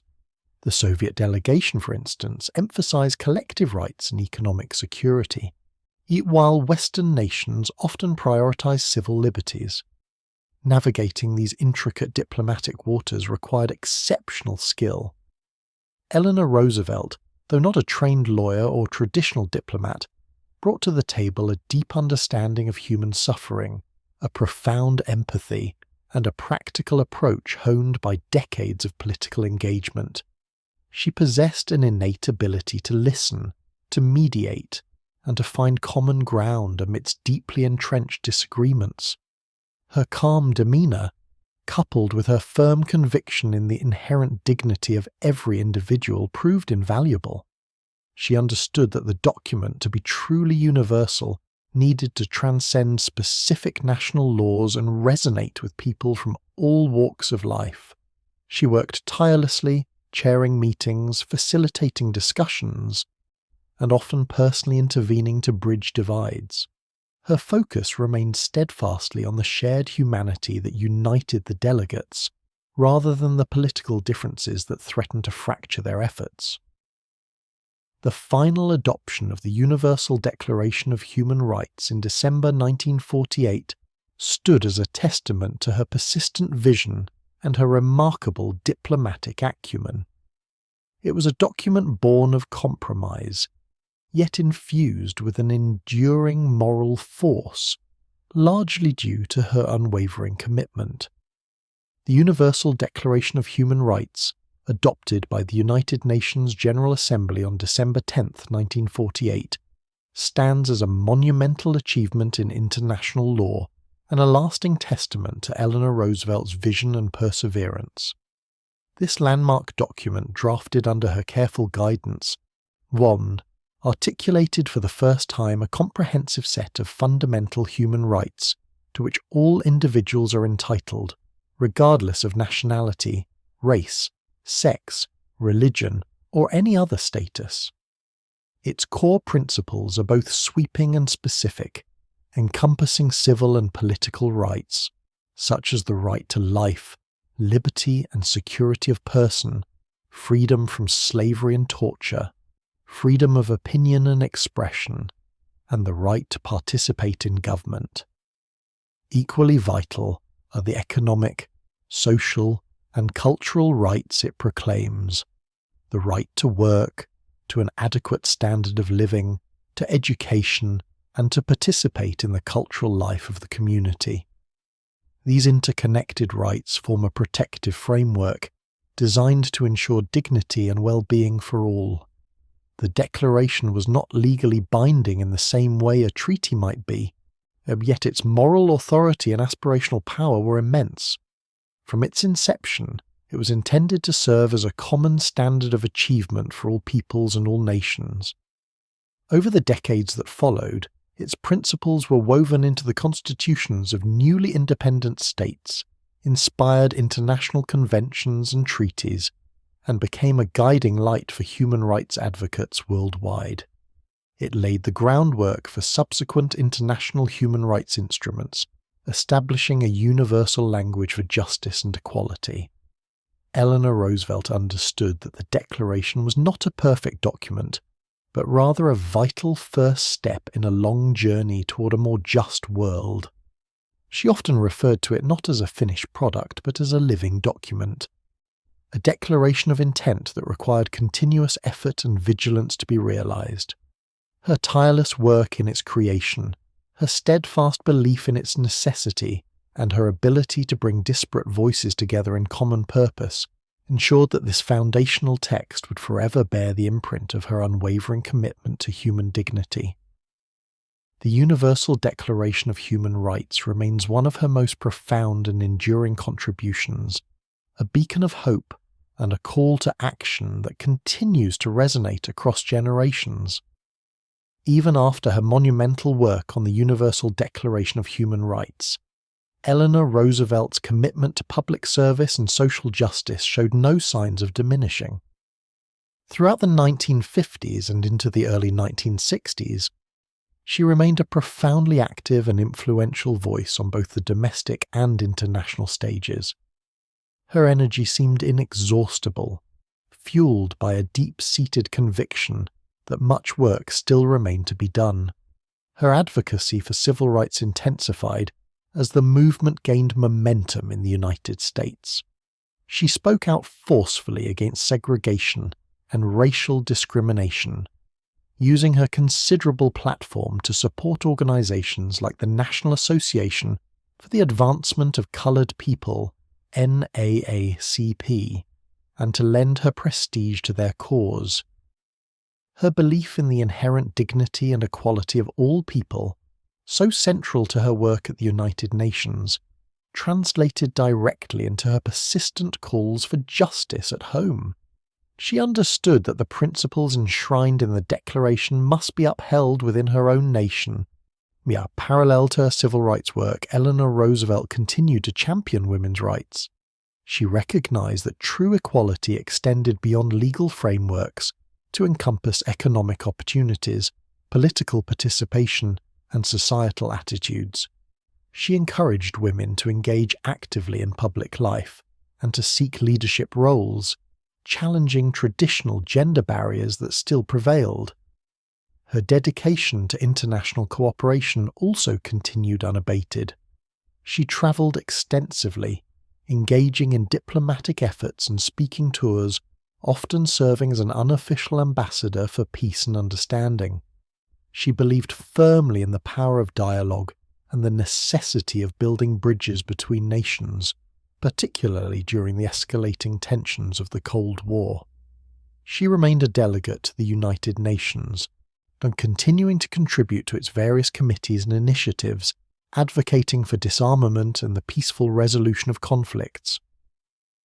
Her later years were characterized by a quiet, determined activism, a steady resolve to advance the causes she had dedicated her life to, ensuring her legacy extended far beyond any single achievement.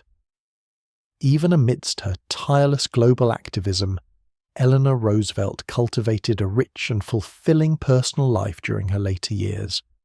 Her friendships, both new and long-standing, offered her companionship, intellectual stimulation, and emotional support. These were not merely casual acquaintances, but deep bonds forged through shared purpose, mutual respect, and genuine affection. She maintained a wide network of confidants, including journalists, activists, political figures, and those from her own family circle, with whom she corresponded regularly and spent cherished time. Her home at Valkill, the stone cottage in Hyde Park that had once been a retreat from the larger Roosevelt estate, became her primary residence and a vibrant hub for her work and hospitality. It was here that she found a sense of peace and belonging, a place where she could truly be herself, surrounded by her books, her papers, and the natural beauty of the Hudson Valley. Val Kill was more than just a home. It was an extension of her public persona, a welcoming space where she hosted countless visitors, from world leaders to student groups, engaging them in thoughtful discussions and sharing meals around her large dining table. The atmosphere at Val Kill was one of intellectual curiosity and open dialogue, and Eleanor Roosevelt remained an avid reader and a thoughtful observer of the world, constantly seeking to understand complex issues and to broaden her perspectives. She delighted in robust conversations, challenging assumptions and encouraging critical thinking among her guests. Her mind remained sharp, her insights profound, and her capacity for learning undiminished by age. Her friendships were diverse, reflecting the breadth of her interests and the inclusivity of her spirit. She cherished the company of those who could offer different viewpoints, enriching her understanding of the world. These relationships provided not only emotional sustenance, but also served as sounding boards for her ideas and a source of practical collaboration in her ongoing advocacy. Val Kill, with its quiet charm and steady stream of visitors, truly embodied her belief in community and connection, standing as a testament to her ability to weave together the personal and the public aspects of her remarkable existence. Following her groundbreaking work at the United Nations, Eleanor Roosevelt transitioned into a unique role as an elder stateswoman, a figure of immense moral authority whose counsel was sought by successive American presidents. Her experience, wisdom, and unwavering commitment to democratic ideals made her an invaluable, if sometimes unofficial, advisor to the nation's leaders. She understood the intricacies of both domestic policy and international relations with a depth few others possessed, having lived through decades of profound global change. She maintained connections with the White House through the administrations of Harry Truman, Dwight D. Eisenhower, and John F. Kennedy. While her relationship with each president differed in its nature and intensity, her influence remained palpable. With Truman, she continued her work at the UN and offered insights on international cooperation. With Eisenhower, a Republican, she often found herself in respectful disagreement on policy matters, yet her voice was always heard, a testament to her enduring stature and the bipartisan respect she commanded. Her advocacy for civil rights and social justice continued to be a consistent theme in her communications with the executive branch. When John F. Kennedy assumed the presidency, Eleanor Roosevelt, though considerably older, found a renewed sense of purpose in her advisory capacity. Kennedy, recognizing her immense prestige and understanding of global affairs, appointed her to key positions, including a role on the President's Commission on the Status of Women. This appointment underscored her lifelong dedication to women's rights and her ongoing relevance in shaping national discourse. She provided a bridge to the New Deal era, offering a continuity of progressive thought and a reminder of the nation's foundational commitments. Her global influence extended far beyond direct presidential counsel. Through her widely syndicated newspaper column, My Day, which she continued to write until shortly before her death, she reached millions, shaping public opinion on critical domestic and international issues. Her extensive speaking engagements, both at home and abroad, allowed her to directly engage with citizens, inspiring them to civic action and promoting understanding across cultures. Despite her age, she continued to travel extensively, meeting with leaders and ordinary people alike, carrying the message of human rights and peace to every corner of the world she visited. Her presence on the international stage remained a powerful symbol of American idealism and a consistent voice for humanity's shared aspirations. As the early 1960s unfolded, the relentless pace of Eleanor Roosevelt's life began to take an inevitable toll on her physical health. Her vigor, once seemingly boundless, started to wane, and the long years of travel, demanding schedules and ceaseless public engagement began to manifest in various ailments. Yet, even as her body grew weaker, her spirit remained undiminished, her commitment to service as resolute as ever. She approached her declining health not with resignation, but with the same quiet determination that had characterized her entire existence. Despite increasing fatigue and discomfort, she continued to work with a remarkable tenacity. The daily discipline of writing her column, My Day, offered a steady rhythm to her mornings, a tangible connection to the public she served. Her correspondence remained extensive, and she continued to receive visitors at Valkill, maintaining a vibrant intellectual and social life even as her physical mobility became more restricted. The numerous commissions and advisory roles she held, particularly under President Kennedy, were not merely honorary. She participated actively, contributing her insights and perspectives with the clarity and thoughtfulness that had always defined her. The physical challenges she faced were met with a steadfast refusal to yield. She would often push through pain, relying on her inner strength and the profound belief in the causes she championed. Her dedication was not merely a habit, but a deep-seated conviction that there was always more work to be done, more injustices to address, and more voices to uplift. Even when medical advice suggested a need for rest, she found it difficult to completely disengage from the world's pressing concerns. Her life had been a continuous act of engagement, and to cease was, for her, almost unimaginable. This final period of her life, marked by declining health, paradoxically highlighted the enduring power of her will and the depth of her lifelong commitment to public service, a commitment that remained her guiding principle until the very end. And the long and remarkably active life of Eleanor Roosevelt drew to a close on November 7th, 1962. She passed away in her sleep at her apartment in New York City at the age of 78. Her death, while not unexpected given her declining health in the preceding months, marked the end of an era for many, both within the United States and across the globe. The quiet dignity of her passing was a reflection of the steadfast manner in which she had lived, always focused on purpose rather than personal spectacle. News of her death resonated immediately, prompting a wave of national and international tributes. Leaders from every corner of the world offered their condolences and reflections on her impact.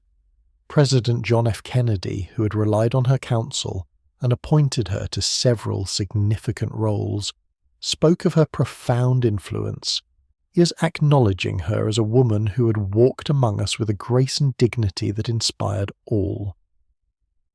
Adlai Stevenson, then the US ambassador to the United Nations, articulated the sentiment of many by stating that Eleanor Roosevelt had rather literally belonged to the world. These tributes were not merely formal pronouncements. They were heartfelt acknowledgments of her immense and varied contributions to humanity, her tireless advocacy for human rights, her pioneering efforts in the United Nations, her unwavering commitment to civil rights, and her revolutionary approach to the role of First Lady were all recounted and celebrated. Observers noted that she had not only championed the downtrodden, but had also given them a voice, empowering countless individuals to seek justice and equality.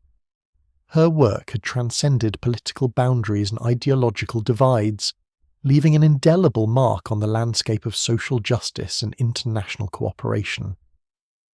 The quiet passing of Eleanor Roosevelt brought forth a global chorus of appreciation for a life dedicated to the betterment of humankind. The immediate aftermath of Eleanor Roosevelt's passing was characterized by a profound and widespread outpouring of respect, a testament to the unique place she held in the hearts and minds of people around the world. Her funeral at Hyde Park, a quiet ceremony attended by family, close friends and dignitaries, was a moment of solemn remembrance, yet the sense of loss extended far beyond those present. Telegrams, letters, and eulogies arrive from every continent, forming a mosaic of appreciation for her life's work.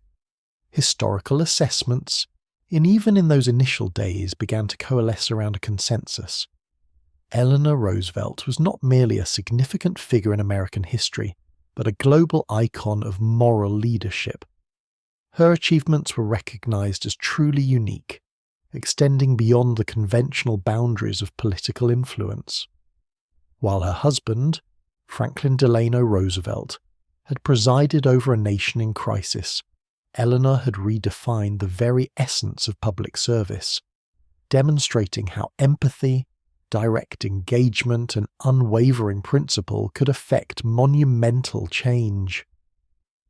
Commentators highlighted her singular ability to connect with ordinary people, regardless of their background or station.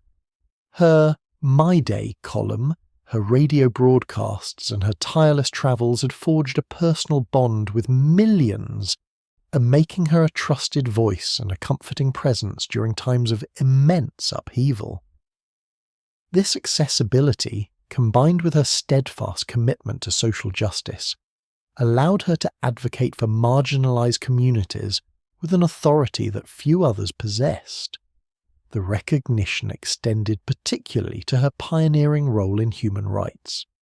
Her leadership in drafting the Universal Declaration of Human Rights was frequently cited as one of her crowning achievements, a legacy that transcended national borders and continues to inspire global efforts for equality and dignity. She was seen not just as a diplomat or an activist, but as a moral compass for a world grappling with the aftermath of war and the complexities of the Cold War era. The initial historical assessments affirm that Eleanor Roosevelt had not simply lived a long life, but had filled it with purpose, leaving an enduring blueprint for principled leadership and compassionate action. Eleanor Roosevelt's tenure as First Lady marked a profound departure from the traditional expectations of the role. Prior to her time in the White House, the position was largely ceremonial, focused on social graces and domestic duties. Eleanor, however, envisioned a far broader scope for the wife of the president, transforming it into a platform for active engagement and advocacy. She did not merely reside in the executive mansion. She actively utilized its prominence to champion her causes. Her approach set an entirely new standard for what a First Lady could achieve. She became a tireless advocate, traveling extensively across the nation, often visiting places and people overlooked by conventional politics. From coal mines to sharecroppers' fields, she bore witness to the struggles of ordinary Americans, bringing their stories directly to the attention of her husband and the nation. This direct engagement was unprecedented, lending a human face to the abstract policies being debated in Washington. She pioneered new methods of communication, most notably through her daily newspaper column, My Day, which offered her personal reflections on current events, social issues, and her travels. This column provided an intimate yet authoritative voice that reached millions of readers, allowing her to shape public opinion and articulate her vision for a more just society. Her women-only press conferences were another innovation, providing a unique platform for female journalists and ensuring that women's perspectives were heard and reported. Through these actions, Eleanor Roosevelt redefined the First Ladyship from a passive, supportive role into an active, independent office of influence. She demonstrated that the position could be a powerful instrument for social change, a vehicle for moral leadership, and a direct link between the government and its citizens. Her legacy in this regard is undeniable, having influenced every First Lady who followed, setting a precedent for activism, advocacy, and a deep, personal commitment to public service that continues to resonate. Eleanor Roosevelt's most enduring legacy rests upon her unwavering commitment to human rights, civil rights, and social justice. Throughout her lengthy public life, she consistently demonstrated a profound belief in the inherent dignity and equality of all individuals, advocating for those whose voices were often unheard.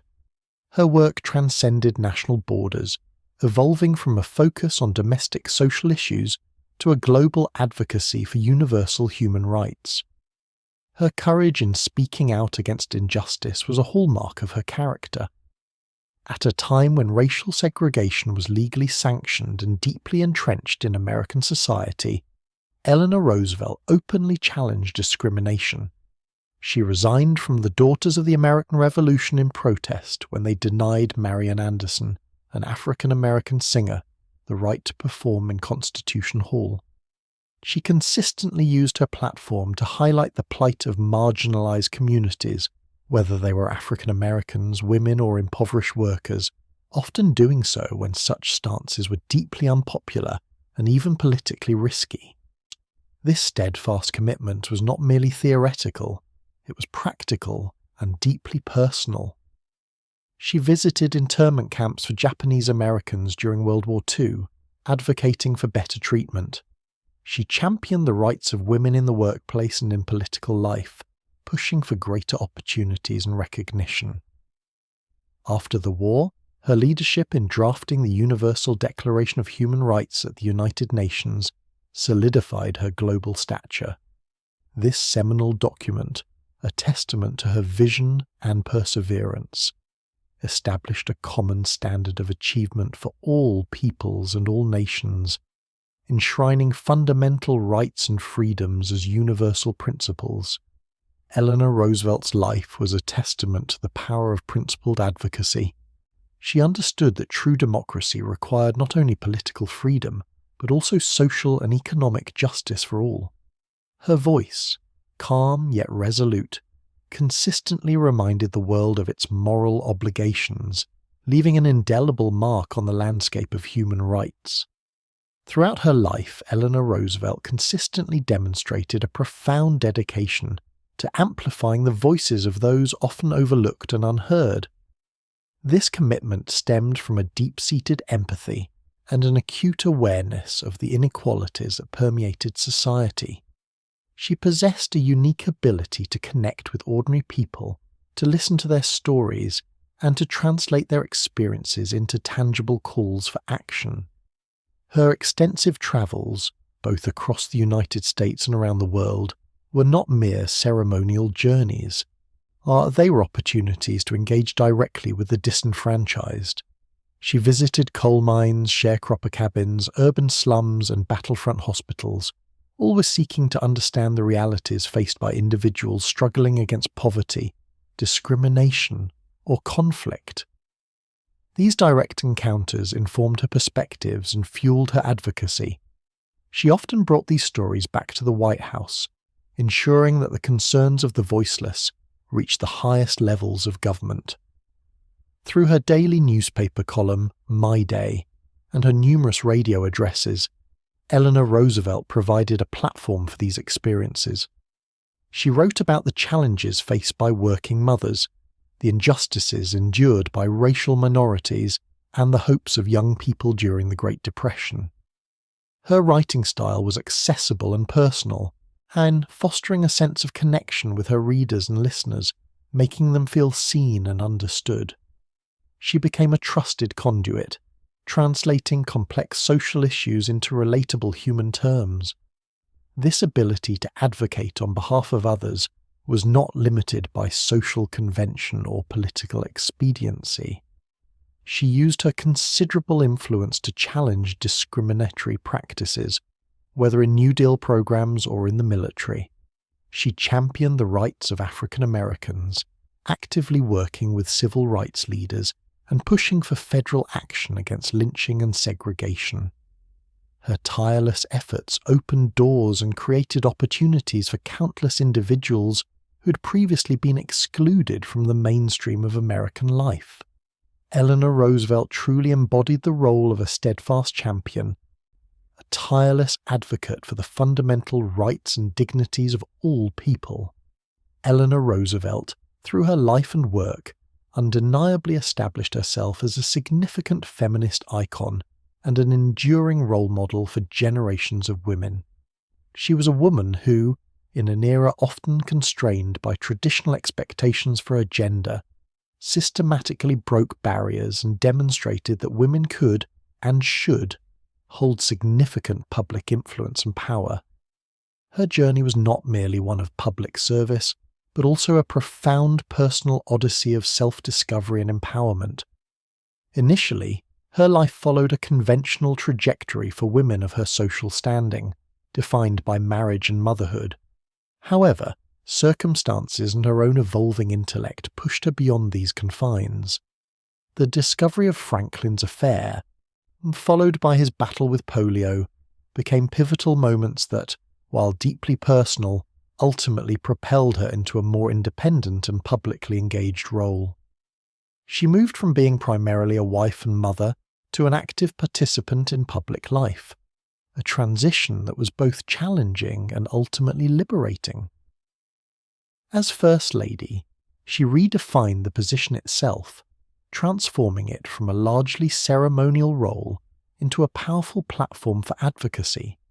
She hosted women-only press conferences, a deliberate move to elevate women journalists and ensure their voices were heard. Her extensive travels and her My Day column showcased a woman actively engaged with the world, offering her opinions and advocating for social change, all while navigating the intense scrutiny that came with her position. She demonstrated through her daily actions that a woman could be both compassionate and formidable, empathetic and authoritative.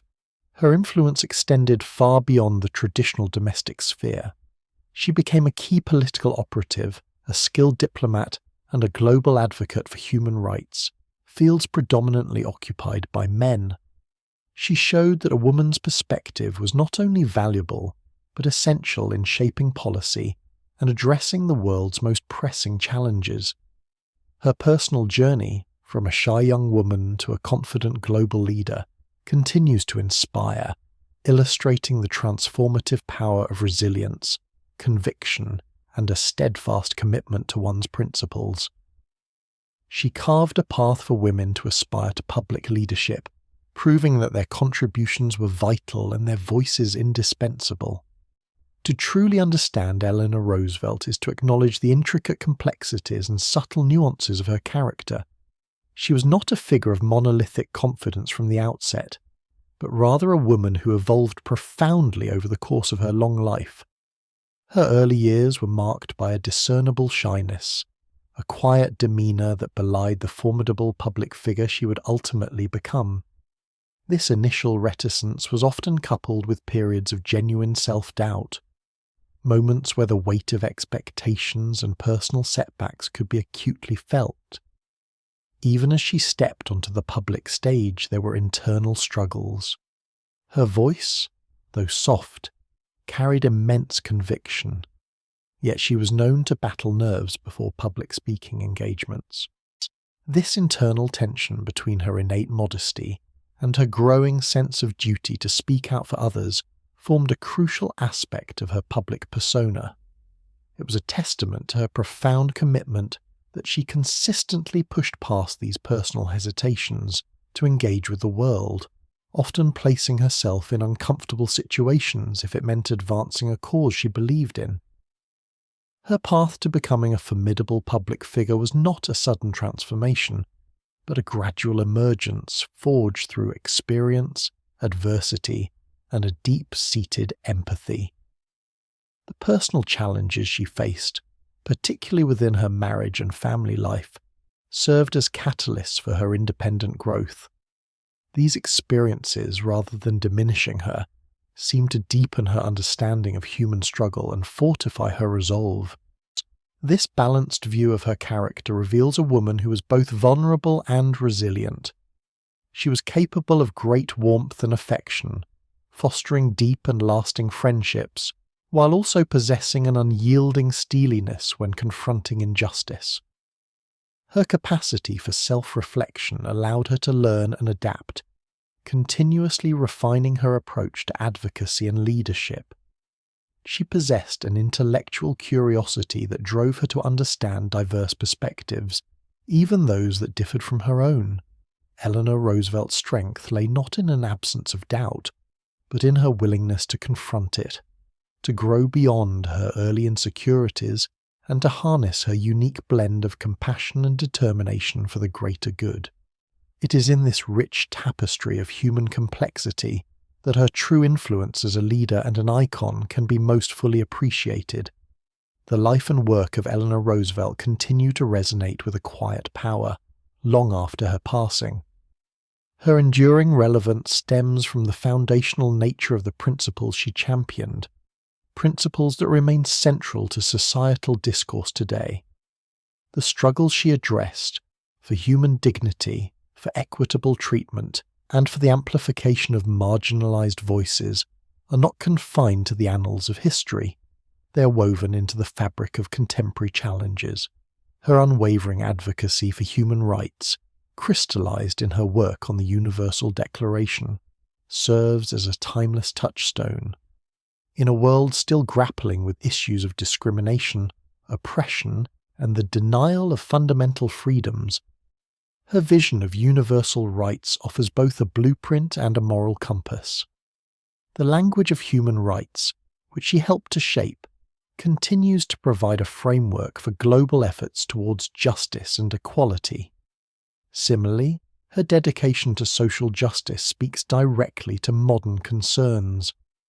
Whether addressing poverty, racial inequality, or the rights of workers, Eleanor Roosevelt consistently sought to dismantle systemic barriers and foster a more inclusive society. These efforts parallel ongoing debates about economic disparity, civil rights, and the equitable distribution of resources. Her example reminds us that true progress requires persistent, empathetic engagement with the lived realities of all people. Furthermore, her approach to political engagement offers valuable lessons for our current era. She demonstrated how an individual, even without holding traditional political office for much of her influential life, could profoundly impact policy and public opinion through dedicated advocacy, public education, and a willingness to challenge the status quo. Her belief in the power of active citizenship and informed participation remains a vital message for fostering healthy democratic processes. Eleanor Roosevelt's legacy is not merely a historical record, it is a living inspiration. Her tireless efforts to build bridges, foster understanding, and insist upon the inherent worth of every individual continue to inform and encourage those who strive for a more just and compassionate world. She stands as a quiet reminder that the pursuit of human rights and social justice is an ongoing journey, requiring constant vigilance and unwavering commitment. Eleanor Roosevelt's journey from a national figure to a truly global citizen reached its zenith in her diplomatic work, particularly through her invaluable contributions to the United Nations. It was here that her deep-seated convictions for peace and justice found their most expansive and influential platform. Appointed as a delegate to the UN General Assembly by President Truman, she embraced this new chapter with her characteristic vigour and earnest commitment.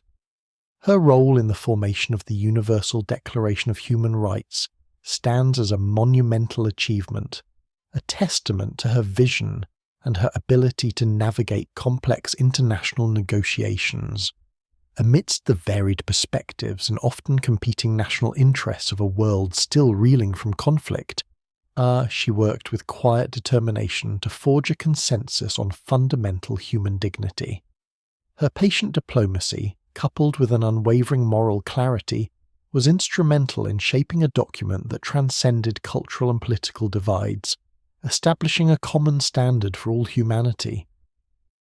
This work at the United Nations was more than just a diplomatic assignment. It was the embodiment of her belief in a world where cooperation could triumph over conflict, and where the rights of individuals were recognized as paramount. She understood that lasting peace could not be achieved without addressing the root causes of injustice and ensuring that all people were afforded respect and opportunity. Her efforts extended beyond the declaration itself as she travelled extensively, speaking with quiet authority about the UN's mission and the imperative of international collaboration. Her vision for a more peaceful and just world continues to inspire those who work within international institutions and those who advocate for global solidarity. She demonstrated that diplomacy, at its most effective, is not merely about political maneuverings, but about a genuine commitment to shared human values. Eleanor Roosevelt's legacy as a global citizen and diplomat is therefore not simply a record of past achievements. It is a continuing call to action, urging us to strive for a world where the principles of human rights guide our interactions and where the pursuit of peace remains a collective endeavour. Her quiet resolve, applied on the global stage, charted a path that many still seek to follow. To reflect upon the entirety of Eleanor Roosevelt's life is to recognise her undeniable placement among the most influential and significant figures of the 20th century. Her impact extended far beyond the traditional boundaries of American politics, resonating across continents and shaping the course of global human rights. She was not merely a spouse to a powerful president. She carved out a distinctive and enduring identity through her own tireless efforts and profound convictions. Her early life, marked by personal sorrow and a search for purpose, provided an unexpected foundation for a life of public service. From a hesitant young woman, she evolved into a formidable public intellectual and an unwavering advocate.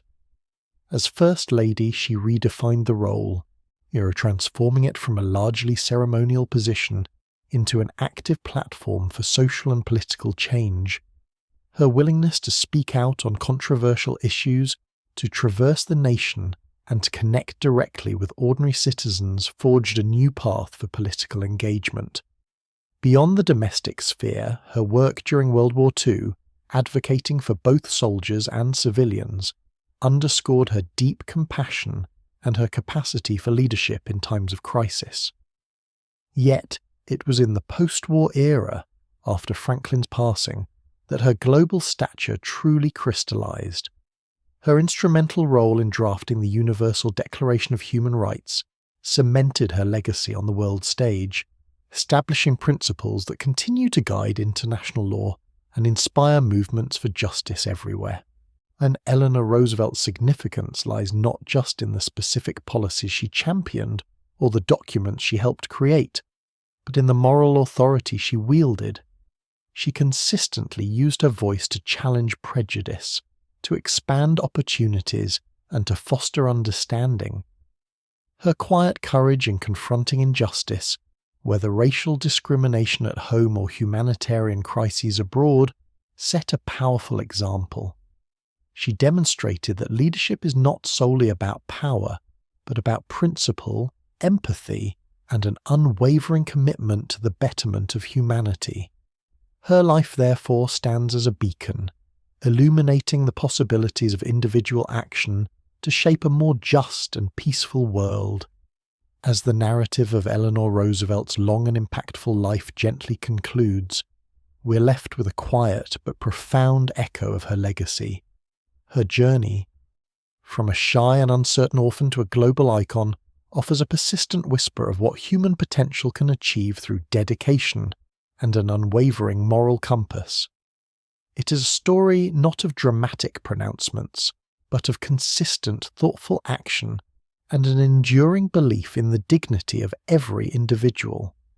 Her presence, even decades after her passing, continues to subtly inform our understanding of leadership. It suggests that true influence often stems not from overt power, but from a genuine capacity for empathy, a willingness to listen, and the courage to speak for those whose voices are often unheard. Eleanor Roosevelt embodied a form of compassionate leadership, one that sought to uplift and empower rather than to dominate or control. The principles she championed, human rights, social justice, and active citizenship, remain as relevant today as they were in her lifetime. They are not static ideals, but living concepts that require continuous nurturing and defense. Her life serves as a gentle reminder that progress is often incremental, built upon countless small acts of courage and conviction. In the quiet reflection upon her existence, we discern the enduring spirit of a woman who transformed her personal struggles into a wellspring of public service. Her quiet determination, her tireless travels, and her steady advocacy have woven themselves into the fabric of the 20th century and beyond.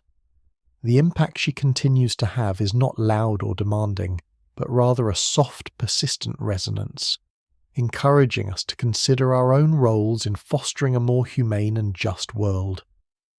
Her legacy, therefore, is not merely a historical account, but an ongoing invitation to reflect upon the quiet, powerful impact one individual can have, inspiring generations to come to embrace their own potential for good.